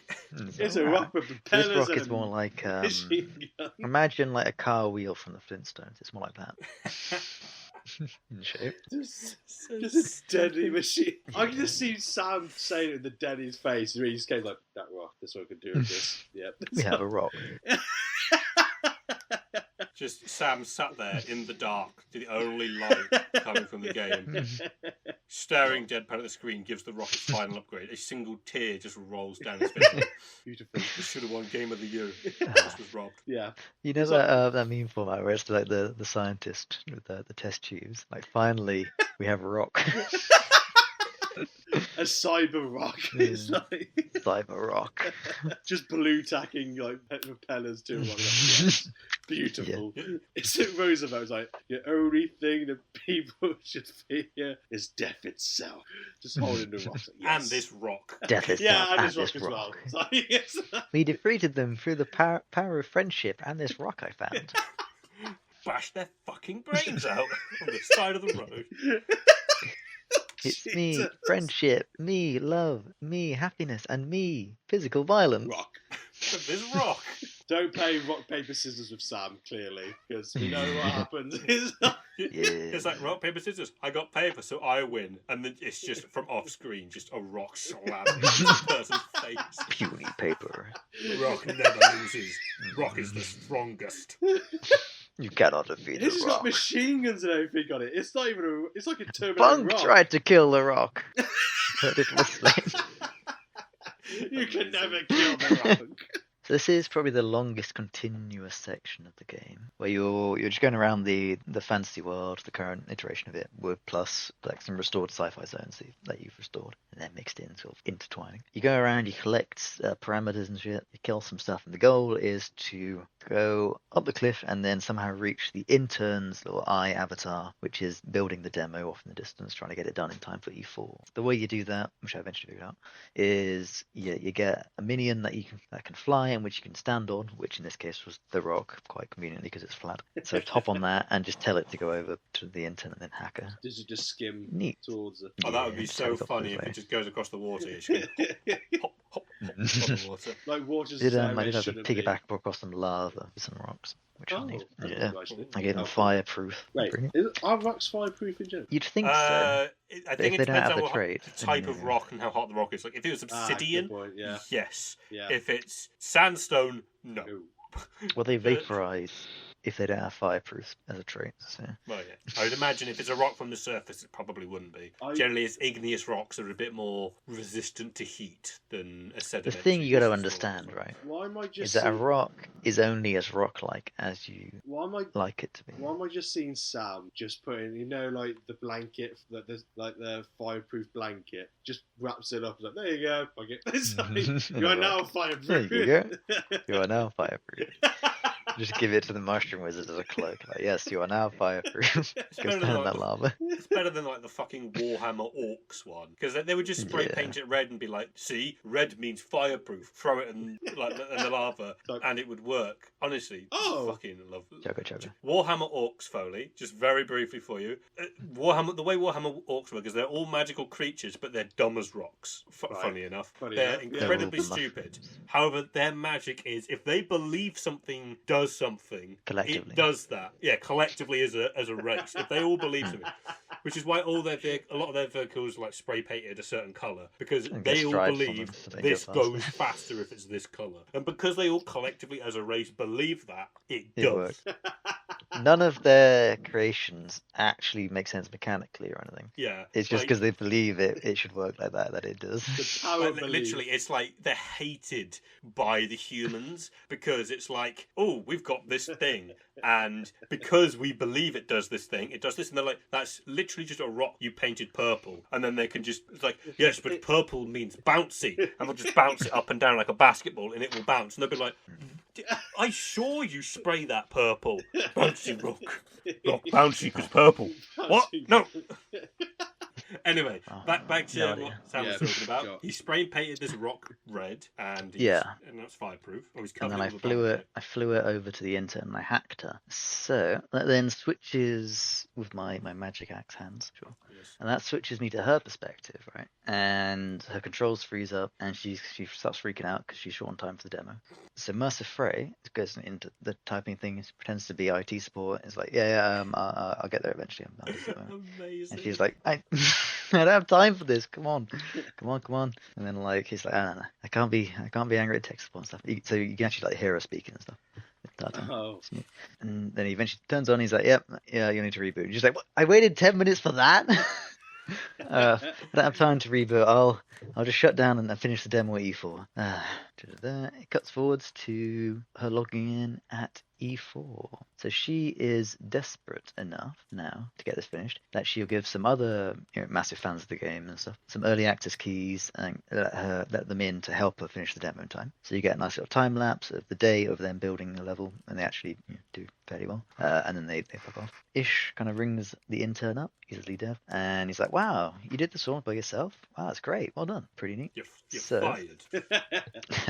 Oh, for Lord Sugar. Brilliant. Yeah. So after this, she sort of heads off to go manage the crowd a bit because E4, E3 is now underway. And Mercer Frey, he remotely accesses the PC, which he can do because we hacked it before. And he's like, "Look, buddy, if the demo goes well, they'll get money and stuff, and they'll continue developing, but they'll only just restart development again at some point, and I'll be stuck here until the stars die." So the other option is we could screw up the demo live, and maybe the public will demand that the boss is replaced, and maybe things will go differently after that. So let's try that. And also simultaneously, it turns out the intern is really, really salty about how the space version of the game was practically finished all those years ago, and then they scrapped it. And she wants to reveal that to the crowd during the demo. She has a little button to toggle it from the actual current demo to the space version and show that it was completed and they were robbed of the game effectively. Yep. So at this point, Mercer Frey gains full remote access. Intern completely loses control of the PC, and she's freaking out again. Because of this, we now get access to the motion control sensor, right? Because this is apparently a motion control game, like some sort of body tracking thing. Neat. And we can see into the world, but only with the motion control sort of snap points. So if you imagine when people are doing motion tracking for like film and stuff, they have their suits with like the dots all over their bodies, right? Imagine that. So you can just see the dots, and with that you can see sort of like a 3D silhouette of people's bodies. Right. Okay. It's pretty neat. So that's all you can see the world by. It's pretty cool. Yeah. So the intern, right? She has persuaded Ish to give her control over Red's likeness rights, which is the only thing that's keeping Red working here. And she wants Red to murder a baby and screw up the demo. So Red, she's like, we should screw the demo up in a different way. She also speaks to us at this point because apparently she knows we're here or something. I guess because she knows that we're the one hacking in some way. I don't know. But so yeah, she's like, we should screw up the demo a different way, but I'm willing to murder a baby if I have to. Mercer Frey thinks that murdering a baby will get the game like actually just shut down, which is not good because then it'll And just be prison, completely screwed. I guess. It's not a baby. It's a Oh. demo. Yeah. Oh. No So conviction. yeah. No. So instead, we go with the just screw the game up option. So during the live demo, they're doing it live. So Red is the one like motion tracking. She takes the heroes thing while Ish talks people through it. And she walks down the hall, go past some guards, goes into the room with a baby, and says hello to us. Something, I don't know. But instead, what we do is we I just want to say edit the real baby. quick, just before you do that, I'm imagining, there's like the classic famous E3. You see that mountain? You can climb it from Todd Howard. I'm just imagining it instead like, you see that baby? You can kill that baby. You can kill that baby. And I'm just Say, the entire crowd going, cheering, kill the baby! If it's in like the actual Todd Howard presentation, there'd be somebody in the audience be like, "Cut his fucking head off!" And he's just there Actually, like, you can do that! Immediately afterwards. Fuck yeah. And it's just like a cult where the entire crowd's like, kill that baby, kill that baby. As you've got the motion tracker person holding the baby aloft. With like, just imagine Ish holding it by like the hair up. Oh my You God. ready? like the baby's crying, and it's just like a full-on like hack and slash. Oh my God. This is like the intro of some grim film where it's like the barbarians doing this. Yeah. Yeah, but instead you're the one causing it because evil is cool. It's cool. Yeah. Yeah. Can you spray So, purple on the baby? Just to I prevent. can spray purple on the baby, so The I didn't make baby's the gonna baby be fireproof. bouncy. Not that it has any difference. I edited the baby so it can fly. It has the repulse ability. It has parasites, and it's fireproof, so it's purple. Oh, Oh. Yeah. So during the demo, the baby just starts going absolutely nuts. It starts fighting the hero and mostly the guards that are around. It's flying around. It's getting hit by swords. There's green blood just spraying everywhere. Green. And the crowd is going wild. They're laughing at it. They think it's like a comedy or something. Ish is thoroughly unimpressed. And at this point, intern gets up on stage and she shoots Ish with a toy laser gun. He's like, "Coda, are you shooting me with a toy gun?" And she's like, "Nah, It's not just a toy gun. This is a limited edition replica that you gave me when I was a child and a fan of your game. Also, look at this. There's like 30 other people here with laser guns pointed at you. Aha, maybe some of them aren't just toys. You ever think about that? So she's on stage just tracking him with her gun the entire time while like moving around like a spy doing like ducking and stuff. And she's like, aha, you failed your audience, and we want the game made public domain so the fans can finish the game and we'll finally have it. Yeah, what do you think about that? You're fired. And Ish is like, yeah, like you know what? Fine, whatever. When I step off this stage, the game will go open source. But you, and he goes and points at the camera that you're looking out from, the motion sensor thing, and he starts doing like this monologue about gamers being entitled dopamine addicts or something. It's very strange. Okay. So is it like it's really funny though. Is this trying to be like very anti-video games in a way? Like, Nah, I don't think so. So I happened across like a Reddit thread where the dev was talking about it, and it's this massive monologue this guy does is it's kind of like an exaggerated version of his thoughts at certain times. You know what I mean? Right. So obviously this isn't like what he actually thinks. It's one frame of mind that he can be in, and then obviously he can be on the other side as well as a gamer himself. So it's kind of like exaggerating, like obviously people's thoughts. It's a caricature, effectively. Yeah, for comedic effect. Yeah. Okay, yeah. But also trying to push a message as well. So you can either just X out straight away, or you can just keep listening to him. And as he's going on, he's walking around the stage. You've got the intern coder just tracking him with a laser gun the entire time. And then people like in the audience, just like one by one, they're just like getting fed up and just walking off and leaving. Everything's motion tracked like proper. It's like Africa. It's really great. And eventually the intern just gets like fed up, like tracking around the stage properly, and just just sits down on the floor and just has her gun just lazily pointed at him. And you can see the laser still, so you can see that she's still like more or less tracking him with it. It's just like, okay. Oh, that's brilliant. Yeah. Yeah. Is that like the end of the game, basically? Just a giant fucking monologue? Not quite. No? Oh. No. You can skip it. Or it goes on for like 20 minutes. It goes on for, I stuck around for like 3 or 4 minutes maybe. Okay. So, it was keeping going on that. I assume maybe it ends when everybody leaves or something, and I was like halfway through in terms of audience. But who knows? But yes. So just bored everyone to death, even the people that tried to shoot him, like quoting that. It's like, oh, you know, pretty good. So I'll just wait. What happens next? So it skips forwards some bit. So you've logged into the world effectively. It's all now open source, blah blah blah. And there's the intern plus Ish. Their avatars are in there, the eyeballs, plus like a whole bunch of other avatars that are loading in and then pop in. And those are the community members and stuff. And Ish is like, all right guys, you got your Wish games now open source. Enjoy. But in 1 week, the electricity bill for the servers is going to be coming in, and at that point, all the these editing tools that we use are going to go offline.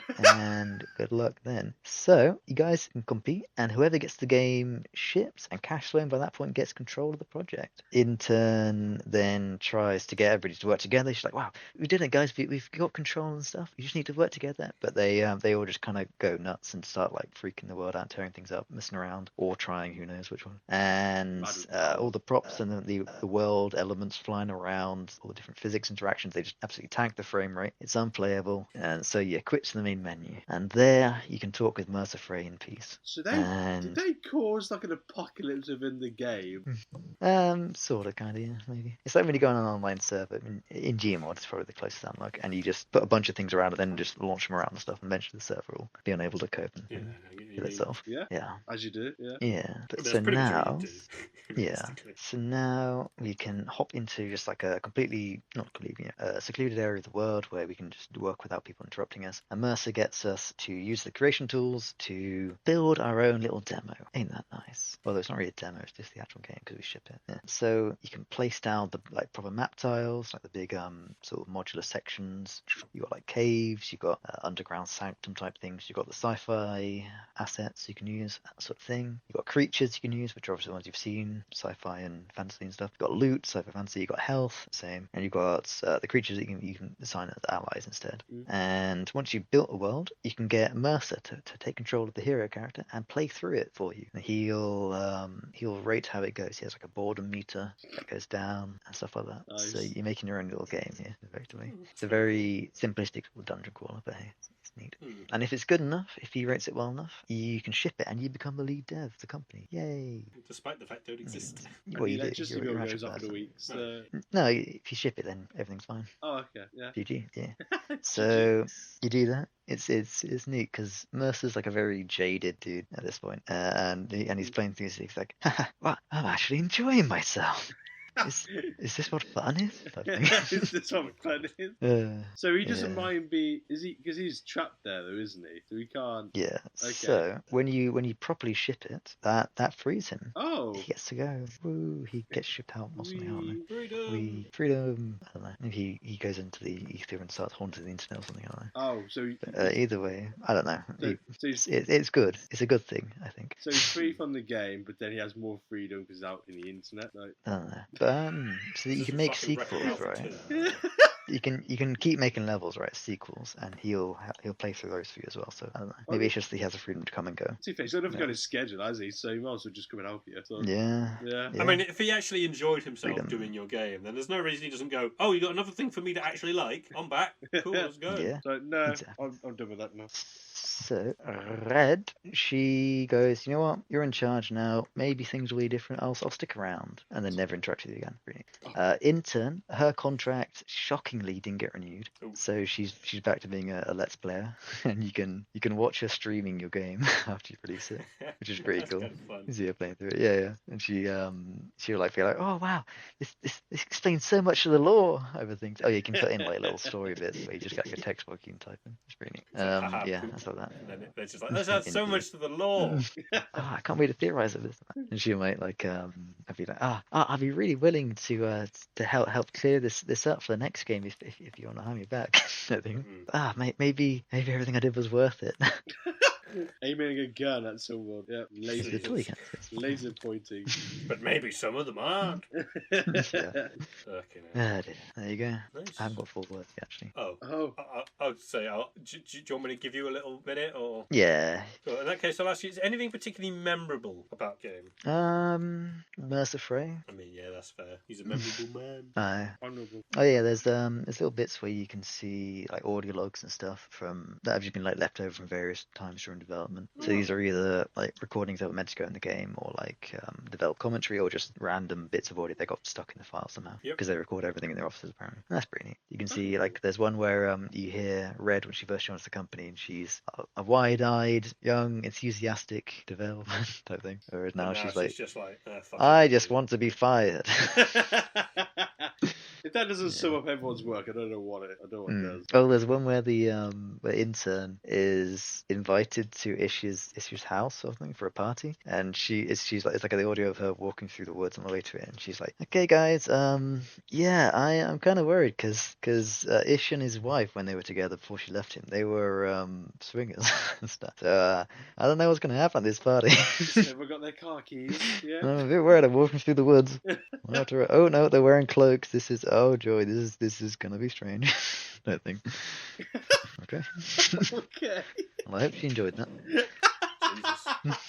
In what way do you think she enjoyed that? I mean, would you recommend this game? I'm curious. I think meant the whole cloak thing. Though. Would you recommend? How much was it? The Magic Circle. Let's have a look. It's 17 quid new, 9 quid on sale. For full price, no. For on sale price, probably also no. Oh. Yeah, like a $5. It's very short. How long did it take you to finish it? Like 4 hours. Oh, that is short. Yeah. Cool enough. Oh, yeah, it's fairly short, yeah. Yeah. Like near 10 quid. Nah, it's not. You got your 4 words, mate? Yeah. Wait for the sale. There's 4. Is that free? Exclamation mark. Exclamation. Exclamation mark. Anybody else think that exclamation mark and question mark is just stupid? Yeah. It should be like questius. Exclamatus, you know? Exclamus. Exclamation mark is so bloody clumsy. It's like being like, oh yeah, the pause mark instead of commas, except even worse because at least pause isn't 3 syllables or whatever it is. Ridiculous. How long have you been Question arcus. How long has this been on your mind? Years. Years. Unironically, though. He's an old man in a young man's body, isn't he? Gee, years. I'm glad I gave him dad rock songs now for his fucking song. I never heard anyone get sung about exclamation marks. That's just short. They're ridiculous. Speech mark as well. But I mean, that's just one. He said an exclamation mark. Give us your 4 words then, mate. Come on. Exclamation mark. Very meta, kind of preachy. Yeah. How about that? Yeah. That's fair. Aye, let's write that down, shall we? Just My next memoirs. time I might use it. My notes. Cool. Time for some silly reviews that were found. Let's go with the Magic Circle first, I think. Let's go with that one. It's still fresh in our mind, still quite fresh. Let's go with some of these reviews. So the first review I've got is from Boss Leak. Recommended. Ubisoft should take note on how to make unfinished games properly. Yeah. Yes, this next one's by Slacker God, which says, I have made love to over 1,000 beautiful women and fathered over 100 beautiful children, but this game is the single greatest experience of my life. 11 out of 10. Ooh. That's reminded me, sorry, that there's this thing going on where like Ish started to think of the intern as like his adopted daughter because he's sterile, so he can't actually have a daughter. And then she betrayed him by shooting with a laser gun. Oh. You may shoot blanks, but weird, this isn't it? one might not. Yes. Yeah. Then we've got another review here by a cop. There are artificial bugs part of the game. I got very confused. Tried to exit and got on error.exe. And then the game just continued. I felt like I was trapped in Hotel California. Horrible experience. Probably the worst game I ever tried. Not recommended. Oh, that's sad. I didn't try to win the game. So. Yeah. And then we've got another one by Gluebeard. Recommended. Tried to fix a video game. Instead, I destroyed everyone's hopes and dreams. Too close to reality game. Too close. Now we've got Nameless Pete. Wow. That's Sure, mate? No. That's Sure. It says, imagine the movie Tron, except instead of existing inside a functional program, you're stuck inside a half-finished demo code for a Richard Garriott boondoggle that's been in development hell for well over a decade. Yeah, half finished is generous. Now I've got dogcat.avl. The 5 stages you go through when playing this game. 1. On a novel concept. I'm inside a game restoring and finishing it. 2. Okay, it's getting repetitive and there's not much to restore here. 3. What a pretentious piece of garbage. 4. Yeah. I had to sit through E4 and now you're making me design a game level? Oh, screw you. 5. Credits. Finally. Maybe my hopes were just too high here. That's not recommended. Is that the Yeah, 5 things that's you not- went through, Sam, from playing that game? I didn't mind the game design. That's fair. Fair enough, yeah. Everything else is pretty on point. Now There we've isn't all that got much to actually restore in terms of assets. It's very strange. Now we've got another positive review, ironically by someone called Kafka, Samsa, which is quite ironic because the Kafka story is normally one that ends before the first act turning point and you're dead. It's recommended 16.8 hours, so a lot longer playthrough than a normal Kafka story. Oh. In this game you All time can at my place. It must be sabotage a game conference demo, edit creature/object properties, make a dog fly, turn a adorable infant into a flying demon baby, complete with helicopter blades, enjoy a brilliant, hilarious satire about the game industry, have fun with a genuinely good game. Buy it! Exclamatus. Thank you. I appreciate it. You're welcome. I did that for you. Got another review here by Rose Magwin. A game about a small dev team making a game where they care so much about the game's story that they forget to actually make the game good. In an ironic twist, this is also what the actual game suffers from. Yeah. Not recommended. Yeah. So the thing with the gameplay is that it's got like, I don't know, 4 or 5 different gameplay things, and it doesn't stick with any of them for very long. The longest bit It's was not that very consistent. open worldish bit. It's very strange. Next up, unusually so, I've got an actual critic review. This was from Metacritic, so this is out of 100. 88 out of 100 by Digital Chumps. It says, The Magic Circle is a playable video game about a broken video game made by people who aren't very good at making video games. I reckon they spent all their budget on the voice acting. Probably. There's a lot of lines in it. Yeah, so I'm just going to do a review for Bedlam, just before we continue. It says, the recommended review is, I shot an alien with a Luger in the middle of a medieval town while shouting arse candles. I'm happy with it. I don't remember that. All I remember was having to restart my computer. Yeah. You think you pass the launch first it. hurdle of the game? Basically, I'll explain it as brief as I can. Bedlam is a boomer shooter homage game where you play as a Scottish lady who swears a lot, Aww. which is why I thought it was right up your street, Sam. Yeah. I'm Scottish. Yeah. Not from Hong Kong. You heard it here first. He's lying about his origins. I'm half Hong Kong, I'm half How Scottish. exclamatous of you. Hottish. That's what they call it. Oh, you're very hottish, Sam. You're very... Now we'll move on to the Google reviews for Last Action Hero. That's brilliant. This one's 4 stars by Oh, Kevin M. Williams. Fucking hell. Sorry. 4 stars. Arnold Schwarzenegger, named as Mr. Universe, the governor of the state of California, but above all, a movie star. The Last Action Hero is a kind of celebration of movies, of Arnold himself, and his symbol as an action star. A young movie fan gets to live his dream when he is given a magic movie ticket that transports him into the world of an action movie. While he's in that world, he meets its star, Jack Slater, played by Arnold, with a wink and smile.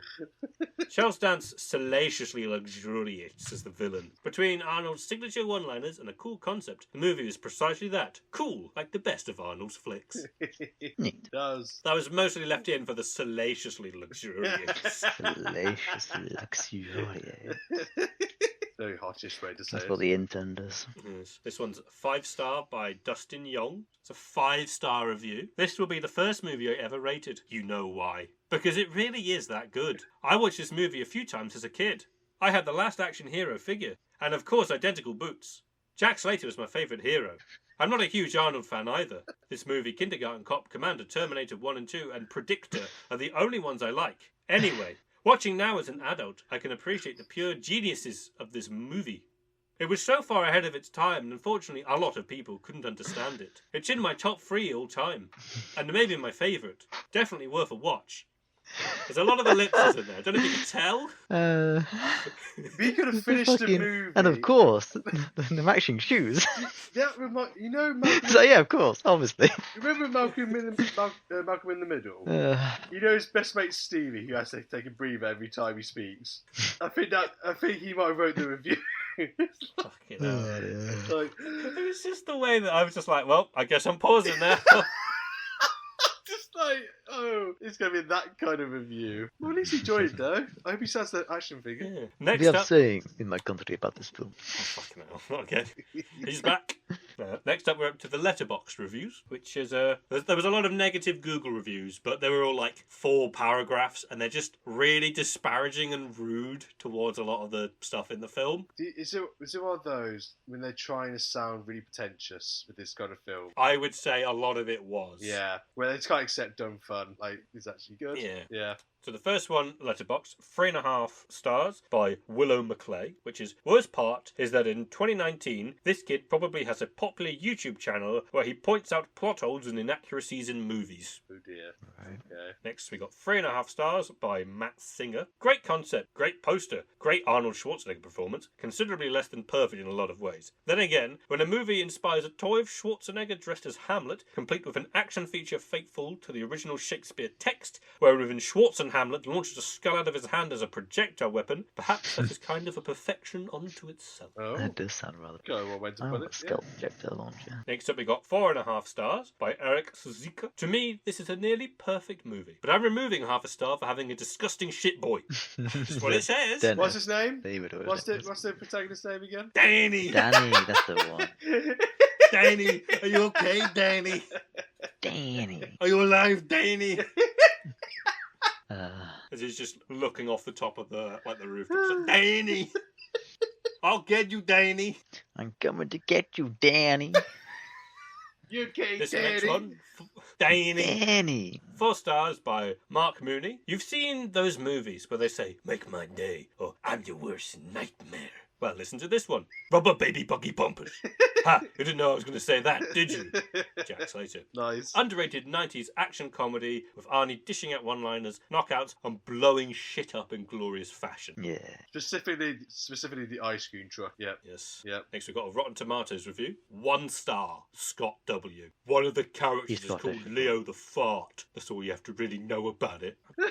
That's not even an old review. That review was made in March this year. He sounds like a right stinker. I know, right? Mm-mm. Let one go. This is a IMDb review by Jesse Geherig. It is a 1 out of 10. And what reason has this person given this one star? Are you ready for this? Oh my. Unloaded. The title of this review is "The Universe is Similar to the Honey Badger in that it don't care." That it. That it don't care. Brilliant. Why did they make this movie? Was it me? Did I do something wrong? When we are gone, post-apocalypse, in the wasteland among the ruins, should a copy of this movie be found, whether in VHS or DVD or Blu-ray form, we will have deserved our fate. Is that what you want to be written on the human race's tombstone?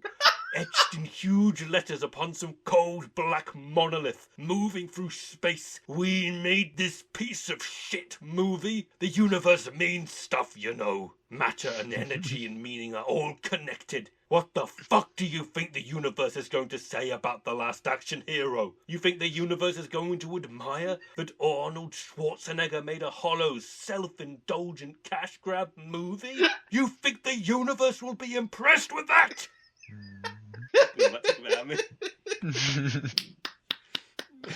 Bravo. I think I'd made that better would be if it was like 7 out of 10. That wasn't that bad, actually. I started reading that review and I saw, why did they make this movie? And I was like, okay. And then I saw, was it me? And I knew I was interested. This is a monologue. Did I do moment. something wrong? Yeah, it's like, did I do something wrong? I was just like, what the fuck, man? It's Make just this a film movie. just to slight Come me? on. I bet this person wasn't even born around that time, and they still blame themselves. I mean, this review came out in 2014, so it came out fucking years later.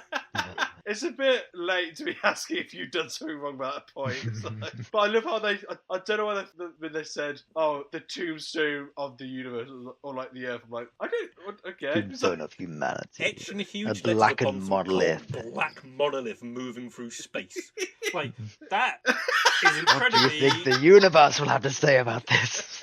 It's like, what the fuck, man? I love how we got. If this is 2014, this review, I love how we got the films like Thomas and the Magic Railway. That's probably fine. That's fine. Yeah. The Last Action Hero, no. That's Well, that's you about guys trains, punishing us isn't for it? this film. There are only 6 people who've said it's helpful, and 19 people have gone, what the fuck are you on about? And gone a thumbs down on it. So at least there's that. Right, I really fucking hell. hope people could use their monologues for their acting, because that's great. Well, they're right in that. That'd be great. Yeah. I love that movie. There was a lot wrong with that movie. But what the hell inspired that level of angry monologue? Well, Rhys, apparently the universe is going to come and get you, apparently. And, Yeah, the universe can come get yeah, so apparently until the You're all apocalypse happens, connected. apparently. Yeah. Matter, energy, me. It matters, films. The it honey matters. badger. Exclamators. The honey badger. It's Yeah. See, that Calamitous, review was very exclamatous. exclamatous. Yes, it's calamitous also. Yes. So, on to the ratings. Considering that I gave you the magic circle because I basically panicked, couldn't think of anything, so I had to quickly just add this on. I'm curious to know what your review's going to be for it. So, out of Alright. 5 for story. 3. 3? Okay, 3.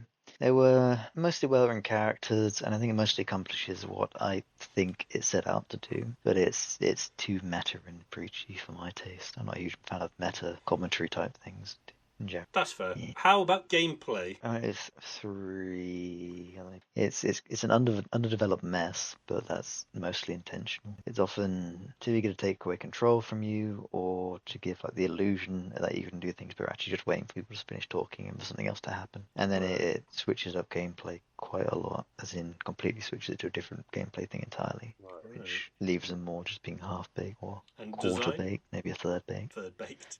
Third-baked, yeah. So design, I put 3. It looks alright. I really liked the bit with the motion capture bodies thing. That was really sounded cool. quite cool. Really It inventive. sounded This really black cool, yeah. background with the white dots and stuff. Hmm. What little X is actually making up characters. It's cool. I like the way of the sort of Quake era sci-fi assets. I like the way that, so they're like, obviously they've got low pixel count stuff, but that's consistent regardless of the distance you're at. So it's not like they just got like a low texture detail. It's as if you're in an engine of that game where they'll effectively blur out as you get further away, because it's trying to keep it consistent with how it should have looked in that engine. You know what I mean? I'm not sure how well I've explained that. I get what you mean. Yeah, effectively they get less detailed as you get further away, so it doesn't just look like a distant, regularly detailed thing. Hmm. It's cool. It's a cool effect. So 9 out of 15. Yeah. That's not too bad. I know. Nah. Yeah, maybe I should have dropped gameplay down, but yeah, see you later. I mean, I can if you want. Do you want me to drop a gameplay down a point? Yeah, drop that to 2. Cool, no worries. Yeah. I was thinking that, considering you called it a third bake, 3 seemed a bit high, so I was going to Yeah, do that. yeah. So 8 out of 15. That's fair. Yeah, I think that's probably about right. Maybe. And now we move on to the last action hero. Save the best till last. There we are. Story. Yeah, sorry. Foley. Story. I would probably have to say 3. about. I'll say about 3. Fair enough. It's an entertaining story. It's nothing deep. It's just a very entertaining story. So yeah. Design? I kind of want to say, to be fair, I appreciate all the filmmaking side of it as well. So the way it's directed, I feel like probably about 4. I'd say about 4. A 4? Yeah. Remember 0 is an option. How fucking No, dare I don't know, because I think it's with me. I love how committed they were with like everything, like action, like the stunts and everything. Like, so I liked how they all went for it. So I give them credit for that at least. They didn't shy away from And it. the all-important character. It's difficult because the only good character, to be honest, like I would love to. It's Benedict. So To be fair, I do think Jack Slater as a character is good as well. Arnie does that as well. He does have some depth to him. You know what? I'll give that a 4 as well. Amusingly enough, I think it is because of Danny. Dane. He does his best, but it is unfortunately noticeable that he's just not as experienced. I think if they got it so that he was an actual teenager, like 16 to 18, rather than an 11 to 12 sort of range, I think that it could have been a bit more interesting. Plus, it would have meant that they were able to do a couple more edgier jokes of stuff at all. Even just a 16-year-old kid, I think would have been fine. I just wonder if they chose a younger actor purely because, like I mentioned before, like it's pretty much a kid telling this grown man like the illegal stuff what you can do in films what you can't do in real life. So I don't know if it's kind of like certainly telling a message to young audience like, don't do any of this stuff. I will be frank with you. Okay. I think that is one of the reasons, but I think one of the other reasons is that at the time I believe he was trying to run for governor of California, and he wanted a film that would make him seem a little bit more family friendly. To me, I've always seen that a little bit more because unlike some of the other films that Arnie's made, like Commando and stuff, True Lies, films and True Lies, those are like a lot more adult oriented, I would say. Yeah. Whereas this film's a little bit more younger skewed, but even then, I don't think by that much. To me, this has always been a film. Like if I tell you the rating for this film, I would agree with it. It's a 15. I would agree with a rating of a 15. Certainly not an 18. The stuff's not too dark. No, it has moments. Anytime I've seen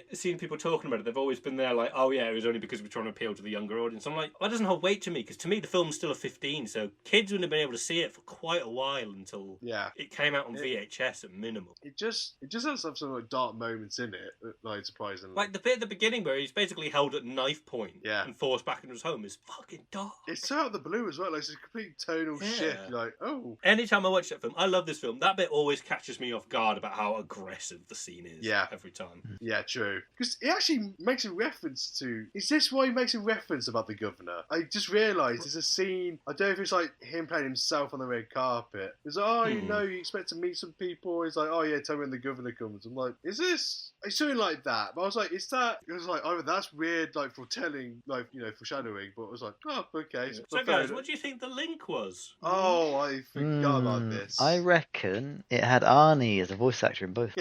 Yes, that's right. Yeah. No, I think it's about. Just before we continue, I have been quite heavily reminded to state that Foley's final score was 11 out of 15 because I forgot to mention that. Anyway, the link was. I feel quite hurt about that now. I can't believe you forgot about that. Sorry. Sorry, didn't mean to do that. South Park thing, isn't it? Oh, sorry, but it ain't gonna happen. Is it? There's always a gun. Danny, oh sorry, but it ain't gonna happen. It's because there's a gun in both of them. There's a gun. Yeah, you're right. I was gonna guess the fact you can't like the protagonists of both kind of go into like a virtual kind of world. I guess you got like the game world. It's close, but it's not exactly right. Self-aware character from within the media. That wasn't originally the intent. It has become that now, but that's just because the game has had to be replaced. Yeah. Oh. It's slightly different. God. It's a meta plot, meta commentary. Kind of part of it, but it's specifically about the characters and their involvement. two characters getting trapped in a different world. Very close. Be more specific. How do you mean? What is very particular about where the characters are effectively trapped or go into? They're trapped in limbo between life and death. No.